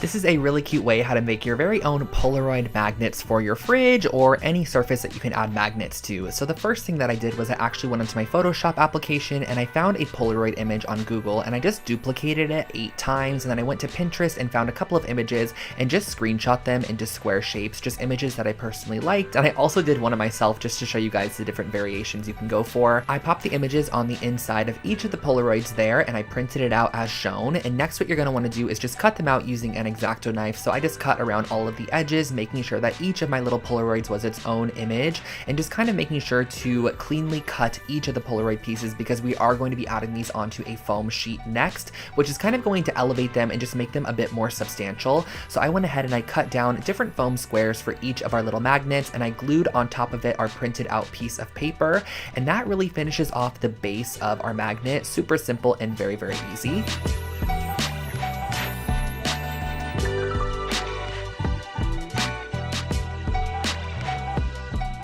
The last step in creating these magnets is just to apply a little magnet on the back side. I just use these little circle ones from the craft store, and you can hang these up on your fridge or wherever you'd like.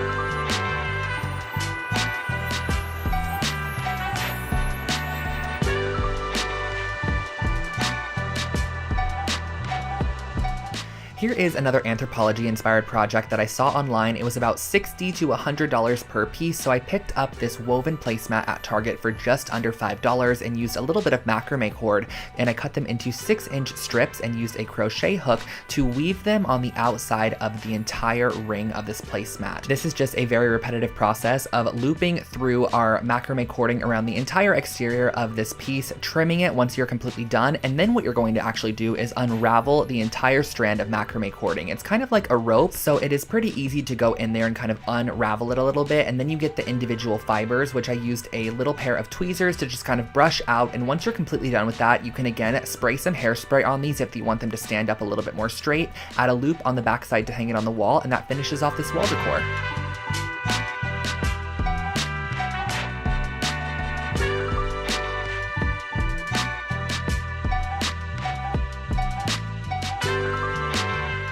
This is a super easy hack to make your very own sea glass vessels. So I got a couple of glass vases from the dollar store, and I'm going to be mixing some Elmer's glue with just some basic food coloring to create basically a colored Elmer's glue. And all you have to do from here on out is actually just paint this on the exterior of your glass vessel, and once it dries down, it's going to end up being such a pretty matte color. So I ended up applying just a decent amount of glue and then adding in a couple drops of food coloring. Do keep in mind that it's going to be pretty translucent, but once it dries eyes, you're really going to be able to see that color. For this first one here, I just did a nice minty green shade, and for our second one, I added some more Elmer's glue into a Dixie cup, and I just went ahead and I did a blue sea glass, which I love the way that this one turned out. I went ahead and I applied a nice coat on the outside of our vessel, and then you're just gonna let them dry, and once they are dry, they look super cute like this.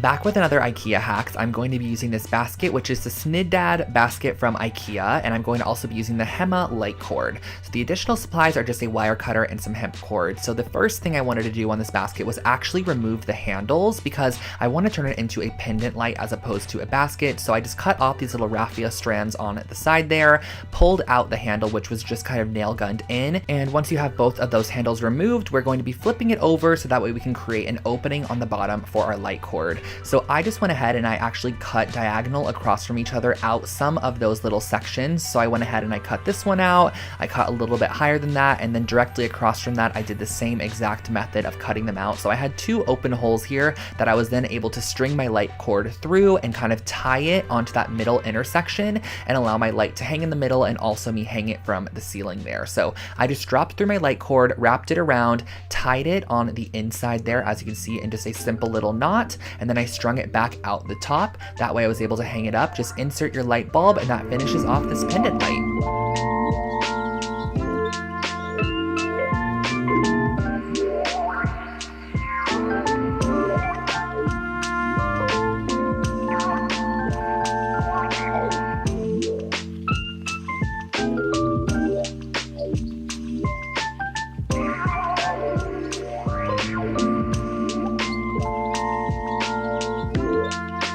When it comes to shelf styling, I love these kind of geometric brass or just metal objects. I think they're so much fun. So I ended up creating my very own using these wind twisters from the dollar store. This is what they look like originally. They are so ugly, but I actually glued a couple of them together to start, and I used a wooden dowel as kind of the base for our little structure. So I'm going to be sticking that through, applying some hot glue, and just hot gluing down our wind twister onto it. But do not worry, we are not going to be leaving this rainbow. We're actually going to transfer it outside and spray the entire thing with a brass or whatever color spray paint you want to put on there. I ended up opting for brass just because I feel like it gave it a very kind of unique and cohesive look. And then of course we needed to create a base for our sculpture. So I got this little wood cube at Michael's, and I'm going to be covering it with some marble contact paper just to make it look a little bit more luxury and high end. And I just kind of did this how you would a present. I just cut off different edges and made sure it was nice and flush. Created another one, just a matte black box, to give you guys options so you can kind of see what it would look like. And once I had both of my box pedestal bases, I just drilled a hole down the center of them, which I could then go in and apply the stick with a little bit of hot glue so that our sculptures can stand up. So I piped in a decent amount of hot glue, pressed my stick on the inside, just made sure it was standing upright, and do not worry about this at all. It is super lightweight, so it's not going to topple over, and that finishes off our brass sculptural objects.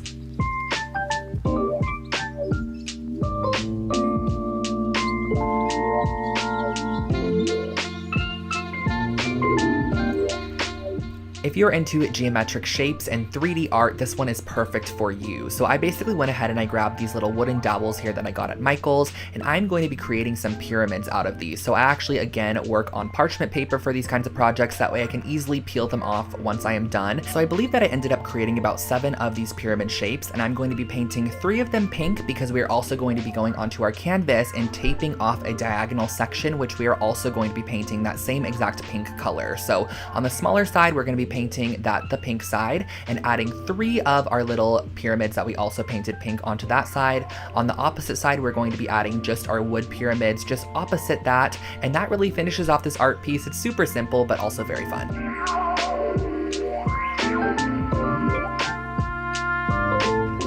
When the moon mirror became popular on TikTok, one of the most requested projects I created was this moon mirror. So I figured I'd go out and grab a circular shaped mirror, some joint compound, and get to work. So basically for this project, what you're going to want to do is kind of map out where you want your moon shape to be on the right side of your mirror there, and spread a decently thick amount of joint compound on that section. I probably did a 1/4 inch, but you can vary it and make it thicker in some sections. I believe that also gives it a little bit more texture.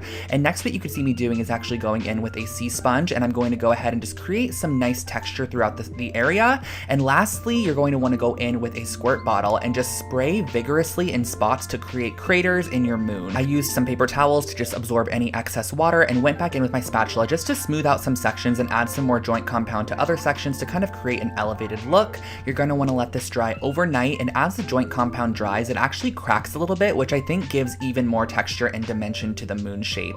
So what I'm going to be doing next is mixing up a little bit of brown acrylic paint with some white to create kind of an off-whitish color, which I'm going to go ahead and paint my entire moon shape with just to give it a full coat of one solid color. And then I'm also going back in with a little bit of diluted brown and just some other whites and spray paints, whatever I want to add in here just to kind of add texture, and that finishes off your moon mirror.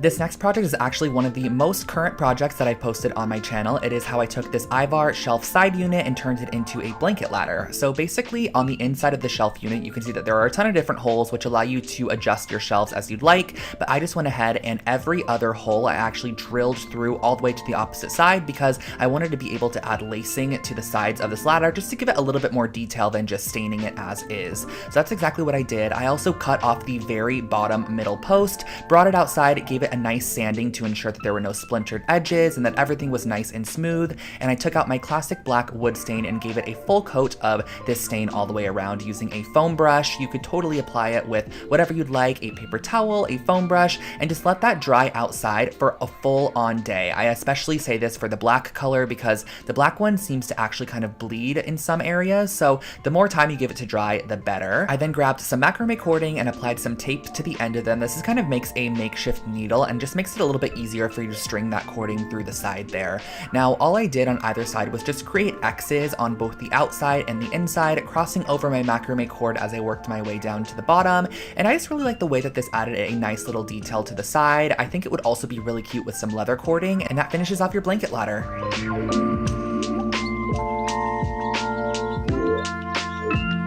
For our next project, we are jumping into something a little bit more intermediate when it comes to macrame. I know some of the earlier projects were a bit more simple, but what I'm going to start off by doing is just cutting some long strands, 6-foot strands, and you're going to need 8 of them. I then went ahead and tied all 8 strands into a knot, and this is going to be our very bottom section, so I suggest that you kind of separate them in sections of 2 and create a plus sign with your macrame cord. Now, what you're going to start off by doing is creating a sequence of square knots once again, which is just right over left and then left over right. That's how you create a simple square knot, and I just made these probably about 2 inches from our base section. So we kind of have this little flower shape. Then grabbing neighboring strands, you're going to do the same exact thing, creating a square knot with 2 neighboring strands about the same distance that you created with your first ones from the center knot, and just make sure that they're as even as possible. This will just make your macrame look a lot better in the end.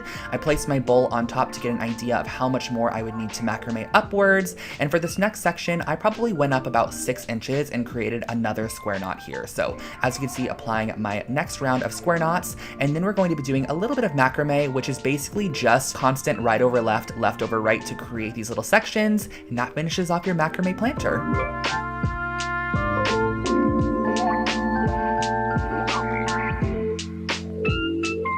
Now this project was a really fun texture that I kind of recreated using some of this lightweight spackle from the dollar store. I also used this glass vessel as well, also from the dollar store. But basically I scooped out this spackling material and it almost has this like moon sand kind of a feeling to it. It feels almost like clay, but it's not too wet, but it's also dry. It just has a very odd texture. So I figured, why don't I try going ahead and applying this to the entire exterior of one of these glass vases and creating almost like a stone finish vase. And this piece only cost me around $3 to create. I used 2 full canisters of that spackling mixture. I also went ahead and applied it on the inside top rim. Once it dries down, it looks like this.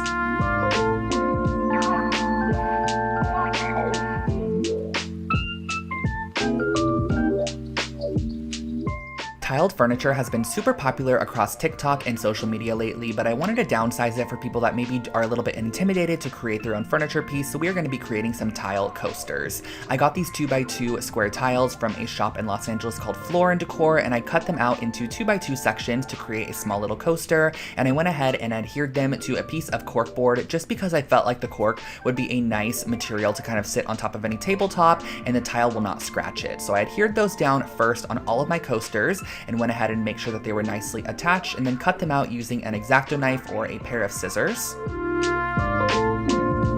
I brought out some acrylic paint just to see how this would work on top of the tiles, and I can tell you guys it worked perfectly. All I did was 2 to 3 even coats of this acrylic paint on top of the tiles and also on the sides there. So this is my second coat that I'm applying on, using my heat tool to dry it down. And then what I actually did was went in with a Mod Podge hard coat and did 2 full coats of this hard coat across the entire top and sides of our coaster. This makes it water and weather resistant. And then I brought out my grout, which I've used in a lot of different projects that I've done tiling in the past. This is just a nice warm gray grout, so I applied it with my finger into the grout lines, just kind of evenly dispersing it, wiping away any of the excess. And then what I did in the end was I actually used a little bit of caulking and I just applied it to the sides to give it a nice clean finish, and that finishes off these coasters.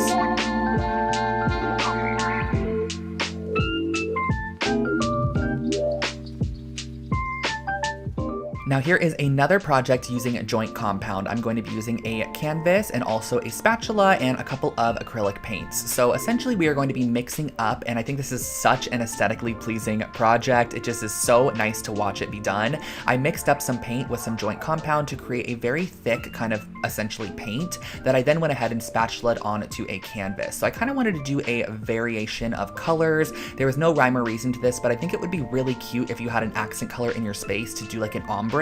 So making it the darkest shade it can be to start, and then kind of working your way towards a lighter shade as you go on. So I just did a kind of variance of different colors, some soft yellows, oranges, pale greens, a little bit of pink, and then just a natural joint compound at the bottom there. You're going to want to let this dry, and once it has dried, you have a cute little decor piece.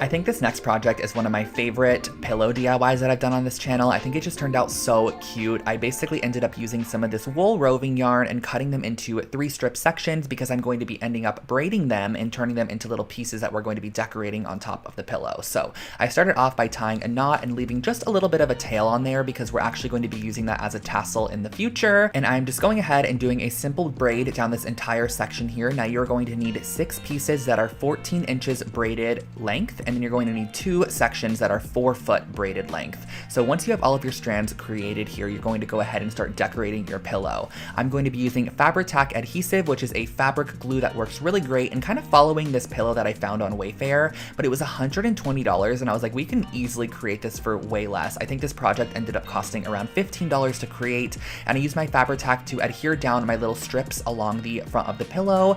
Once I reached the end as well, I went ahead and I just tied them in a knot. That way I kind of had a little bit of a tassel hanging off the side of the pillow. And as you can see here, I'm cutting those tassel edges, and that really finishes off this pillow. It turned out so freaking cute in the end, and I think this is a really fun project.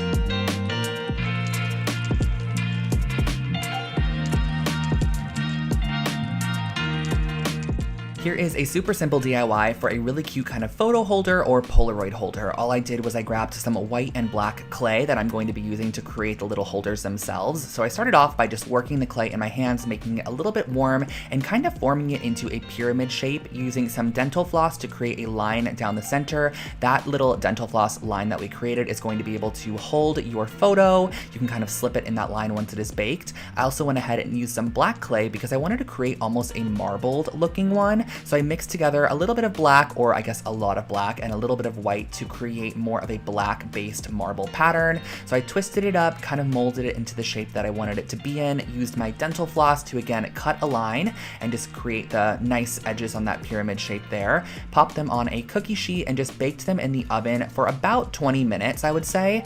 And then once they came out, you can add any additional details you would like on there as well. So I went ahead and wrapped one of them with some washi tape and used a little bit of my brass gilding paint to go ahead and paint the top of it as brass. Allow that paint to dry, and you can slip your photos or Polaroids in these and store them on a desk or shelf.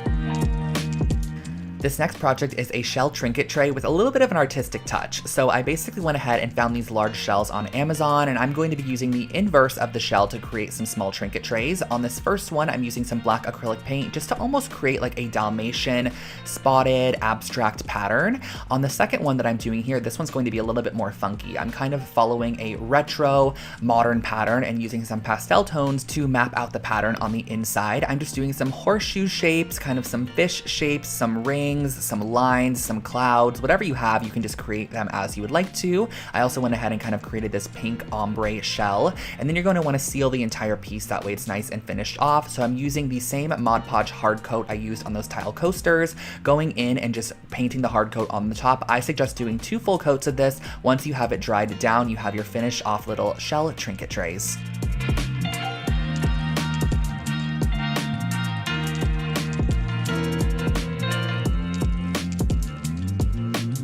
Whenever I would go to the dollar store, I would always see these hula hoops, and I finally picked one up and decided I'm going to be creating a DIY with this. So I ripped off the exterior pink and silver lining, and I spray painted the hoop black to start, and then I used these campfire skewers that are also from the dollar store, and I applied a little bit of wood stain to them. So using the early American wood stain, I just wanted to warm them up a little bit as they were kind of more on the yellow side, and then I used my industrial scissors to go ahead and cut these down to the lengths that I wanted them to be. These are basically going to be 2 different strips in the middle section that we are going to be applying some yarn to. So for our underside, we're going to be applying this more tan tone. So I did 2 to 3 strips per section and just kind of lark's head knotted it onto our dowel there. Moving on to the white section on top, I did the same exact thing with the white roving yarn, and I glued down the 2 different sections so that they overlaid each other, and also created this little section at the top that kind of created a triangle. And overall, I feel like it really just unified the piece as one. It kind of before just looked like I had some random yarn strands hanging there, but when I added that top piece, it really made the full section look like it was complete. I used a little bit of tape and a steamer to go ahead and steam my strands and cut them into a nice blunt cut, and that finished off our wall decor.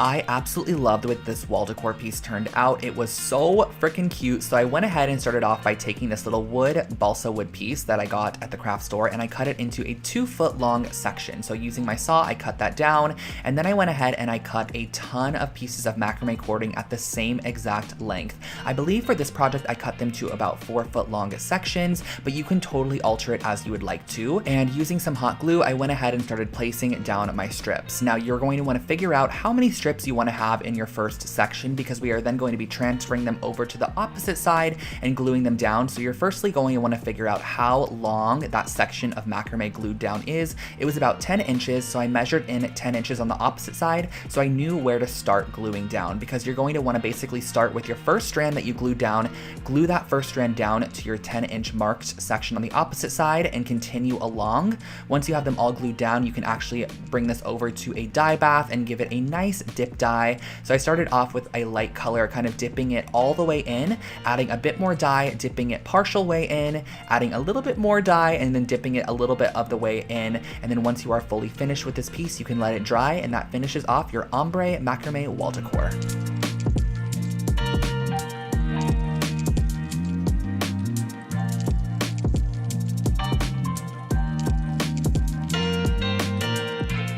Here we have another fun Lol Howls IKEA rug hack. This is using the same exact masking tape we used prior. This one is actually a little bit wider than that one, but I started off by taking a 12-inch strip and finding the exact center of the rug and placing down my 12-inch strip in a horizontal fashion.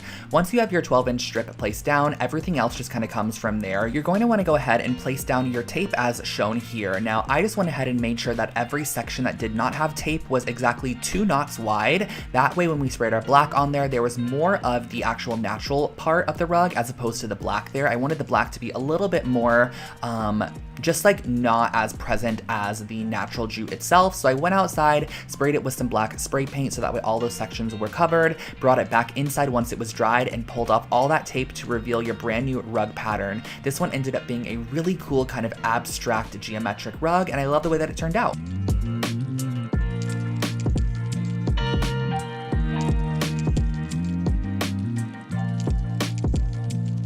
This was actually a project that I created out of need for this specific piece. I really wanted a cement tissue box holder, so I decided why don't I go ahead and create my own. So I went ahead and I mixed Mod Podge with cement mix. So my reasoning behind this was I felt like if I was just go ahead and mix up the concrete as you normally would with some water, it would probably just fall right off the exterior of our tissue box holder. So I went ahead and I mixed it up with Mod Podge to kind of create more of a pasty glue material, which I was then able to brush on top of this raw wood box, which I found at Michael's craft store. So I went ahead and I started by painting a generous coat of our cement paint on the outside here. I think this is a really great technique too, because you can really give anything a nice cement coat finish, like whether it be a table lamp or something thrifted, you can actually give it a pretty decent cement coat with some Mod Podge and some cement powder. Just let it dry and you're good to go.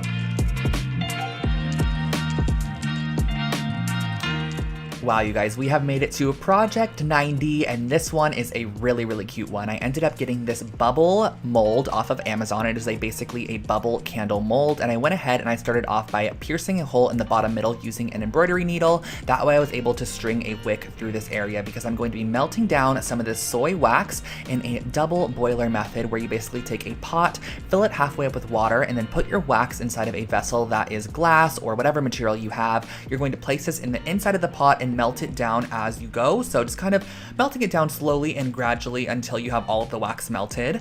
And I also knew that I wanted to add color to this candle. So I started off with the brown kind of oversaturated wax pellets. I found these on Amazon. They are basically just meant for coloring your wax candles. So I went ahead and I dropped a couple drops of the brown in there. And then it was time to go ahead and pour the wax into our mold. So as you can see here, I kind of created my very own mold holder with a paper cup. However, I do not suggest this because the weight of the wax inside of here actually ended up indenting the underside of that cup into our candle. So as you can see here, I went ahead and I applied a clothespin to hold the wick in place. I let the wax fully cool, but as I took this one out, I love the color, by the way. It's like a deep caramel color. As I took it out, you can see that all of the top ball edges just kind of got indented. So I ended up making a second one a little bit lighter in shade, and this one was perfect. I love the way that these candles turned out.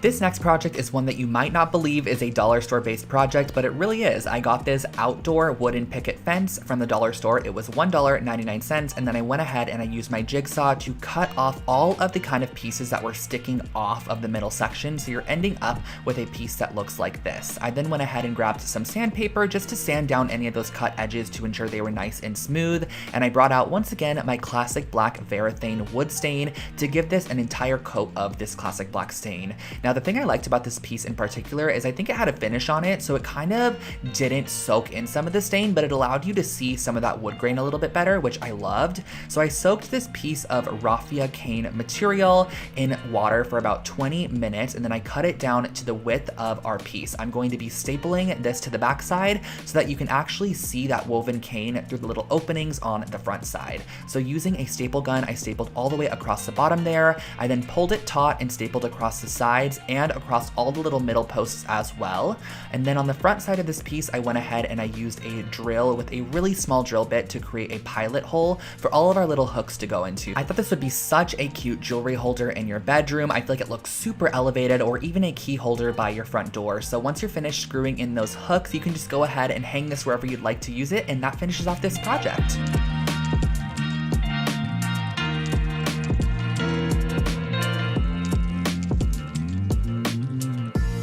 This is a really fun kind of artistic, artsy hack on upcycling old prints that you might not like anymore, or old art in general. This is also a great way to take thrifted art and just make it look so much more interesting. So what I actually did was taking the entire art piece in the frame itself, I went ahead and I taped off a diagonal section and then taped off any area that I didn't want my spray paint to hit. I also did the smaller one here, which kind of had an emphasis on yellow in the photo. It had yellow daisies, but on this opposite one, I ended up doing a nice little cream toned paint. On the smaller one, I did a yellow glossy paint, and once you remove the actual tape from these pieces and you have a nice generous coat of the spray paint on there, you just are left with such a unique kind of abstract art piece. And I love how the frame matches the paint on the picture itself. It's just a great way to elevate any old artwork or something that you might not like anymore.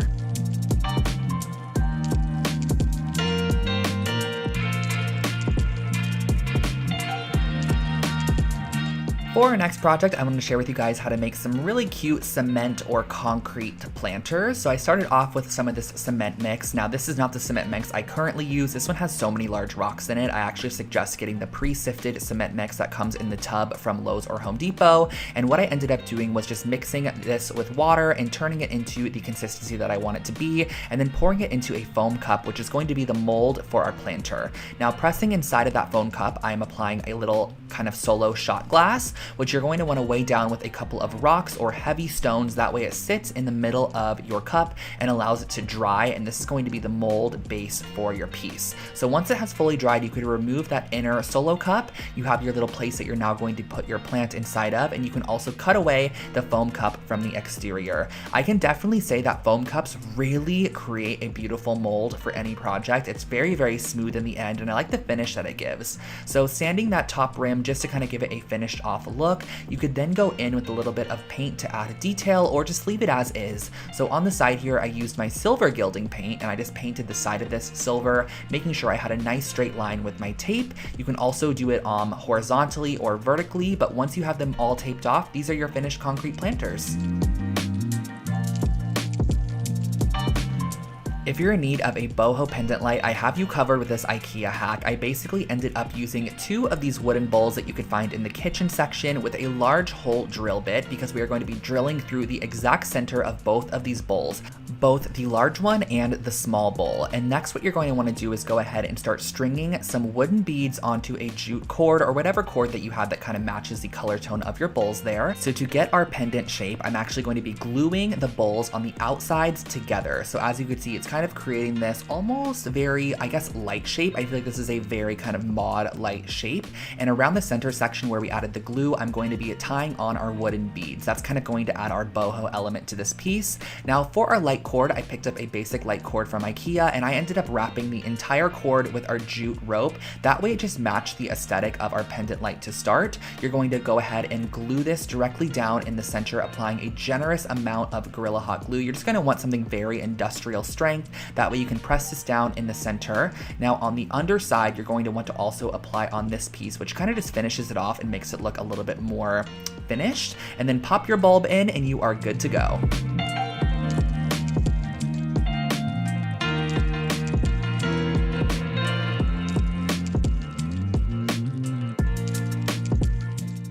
This was my first time ever trying punch needling, and it was so much fun. I loved it. I basically used an embroidery hoop with some monk's cloth, which is the proper material you're going to be needing for punch needling. I cut away any of that excess on the outside of my embroidery hoop, and then I went ahead and started to draw out the design that I wanted to go for. So I kind of wanted something a little bit abstract, a little bit geometric. This was my first time, so I didn't want anything too complex. And using my punch needle tool, which you could find these on Amazon, you're going to string through the yarn of choice that you're going to go with, and start with the outline of your shape first. So I went ahead and did this larger half circle shape with this orange color. I did the outline and then I filled it in on the inside. Now what I can give you tip wise for punch needling is just to make sure that you punch all the way down. That's what's going to create the loop on the opposite side, and make sure that none of your rings come out as you go along. So I went ahead, I did the white middle section. I also added this little tan section, and then I did a yellow border all the way around the exterior, and then I filled in the white with the yellow as well.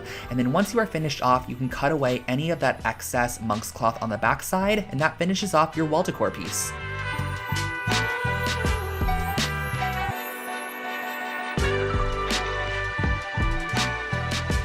This next project is another super old project on my channel, one of the first DIYs that I ever created, and I wanted to create a little leaning ladder that kind of allowed you to display some of your decor or whatever you wanted to place on here. So I went to the hardware store and I got some wood cut down to the sizes featured in that first frame there, and basically I brought this outside and used nails to nail it together. Now if I was to be recreating this project currently, I would 1000% probably be using either wood glue and some screws, or just screws. I don't suggest using nails for this project, but that is how I went ahead and did it. I just went ahead and I nailed directly through the shelves on my piece along with the side there.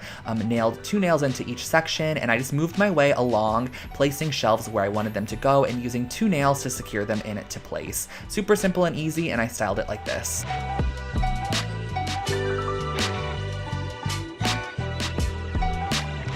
Neon signs are super funky and fun in home decor, however they can be pretty expensive if you need one custom made. So I wanted to share with you guys how to kind of create your very own makeshift neon sign, which I think would be a great Christmas gift for someone or birthday present or just piece for your own bedroom. So I started off with a large canvas and painted it the backing color that I wanted it to be. I just opted for this kind of corally pink color, and then I went ahead and got these LED strip lights, which are from Amazon. They are just basically string lights that are super malleable. You can use them however you would like to. So I punched a hole in the back side of my canvas and brought the string light out the front, and I was able to then go ahead and create the shape that I wanted to. Now, I suggest going ahead and tracing out the design you want to go with first. That way you can go ahead and just use super glue to adhere it down. And I do suggest using super glue. It holds down the LED strip in literally a matter of 1 second. And once you finish off a desired section like the word hello, you can actually pull your light strip through the back side and then have it come up through a new section if you do want more LED on the front side. So I created a little border on the bottom, and I used a little bit of my pink paint just to go in and kind of cover up any of those super glue remnants because they are a little bit glossy. I taped my battery pack on the back side, and that finishes off your DIY LED sign.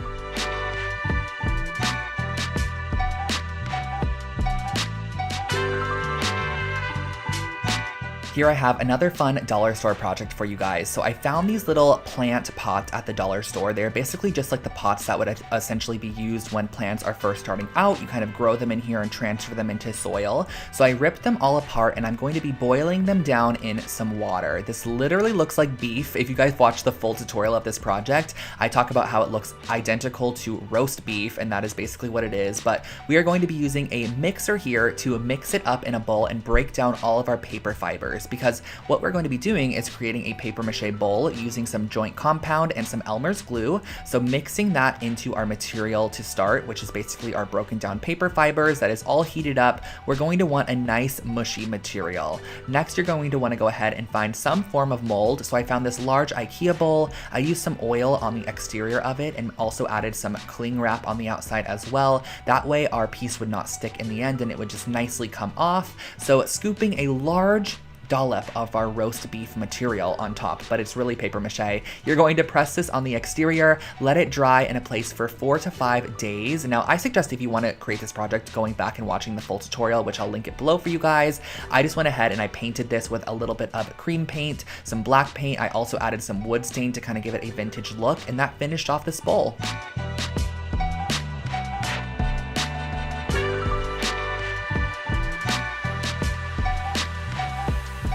Project 99 is another oldie but goodie, you guys. I'm going to share with you how to create a cute little jewelry holder using some cement mix. So starting off, I'm mixing up my cement as I normally would with some water to create the consistency that I want to go for. I am then going to be pouring this about 3 inches deep into an oatmeal container. You can really use whatever you want for this project, but I found the oatmeal container worked perfectly. And as you can see, the next step is I'm going to be placing in a paper mache cone, which I'm going to press down into my cement mixture. That way, once it fully dries, it's kind of sealed on the inside of the cement and you can pull it away, and you're going to have your paper mache cone just stuck down in the middle there. Using a little bit of sandpaper, I went ahead and sanded down the edges to make sure that they were nice and clean. But this is how I created a really cute like bracelet or ring holder for your bedroom.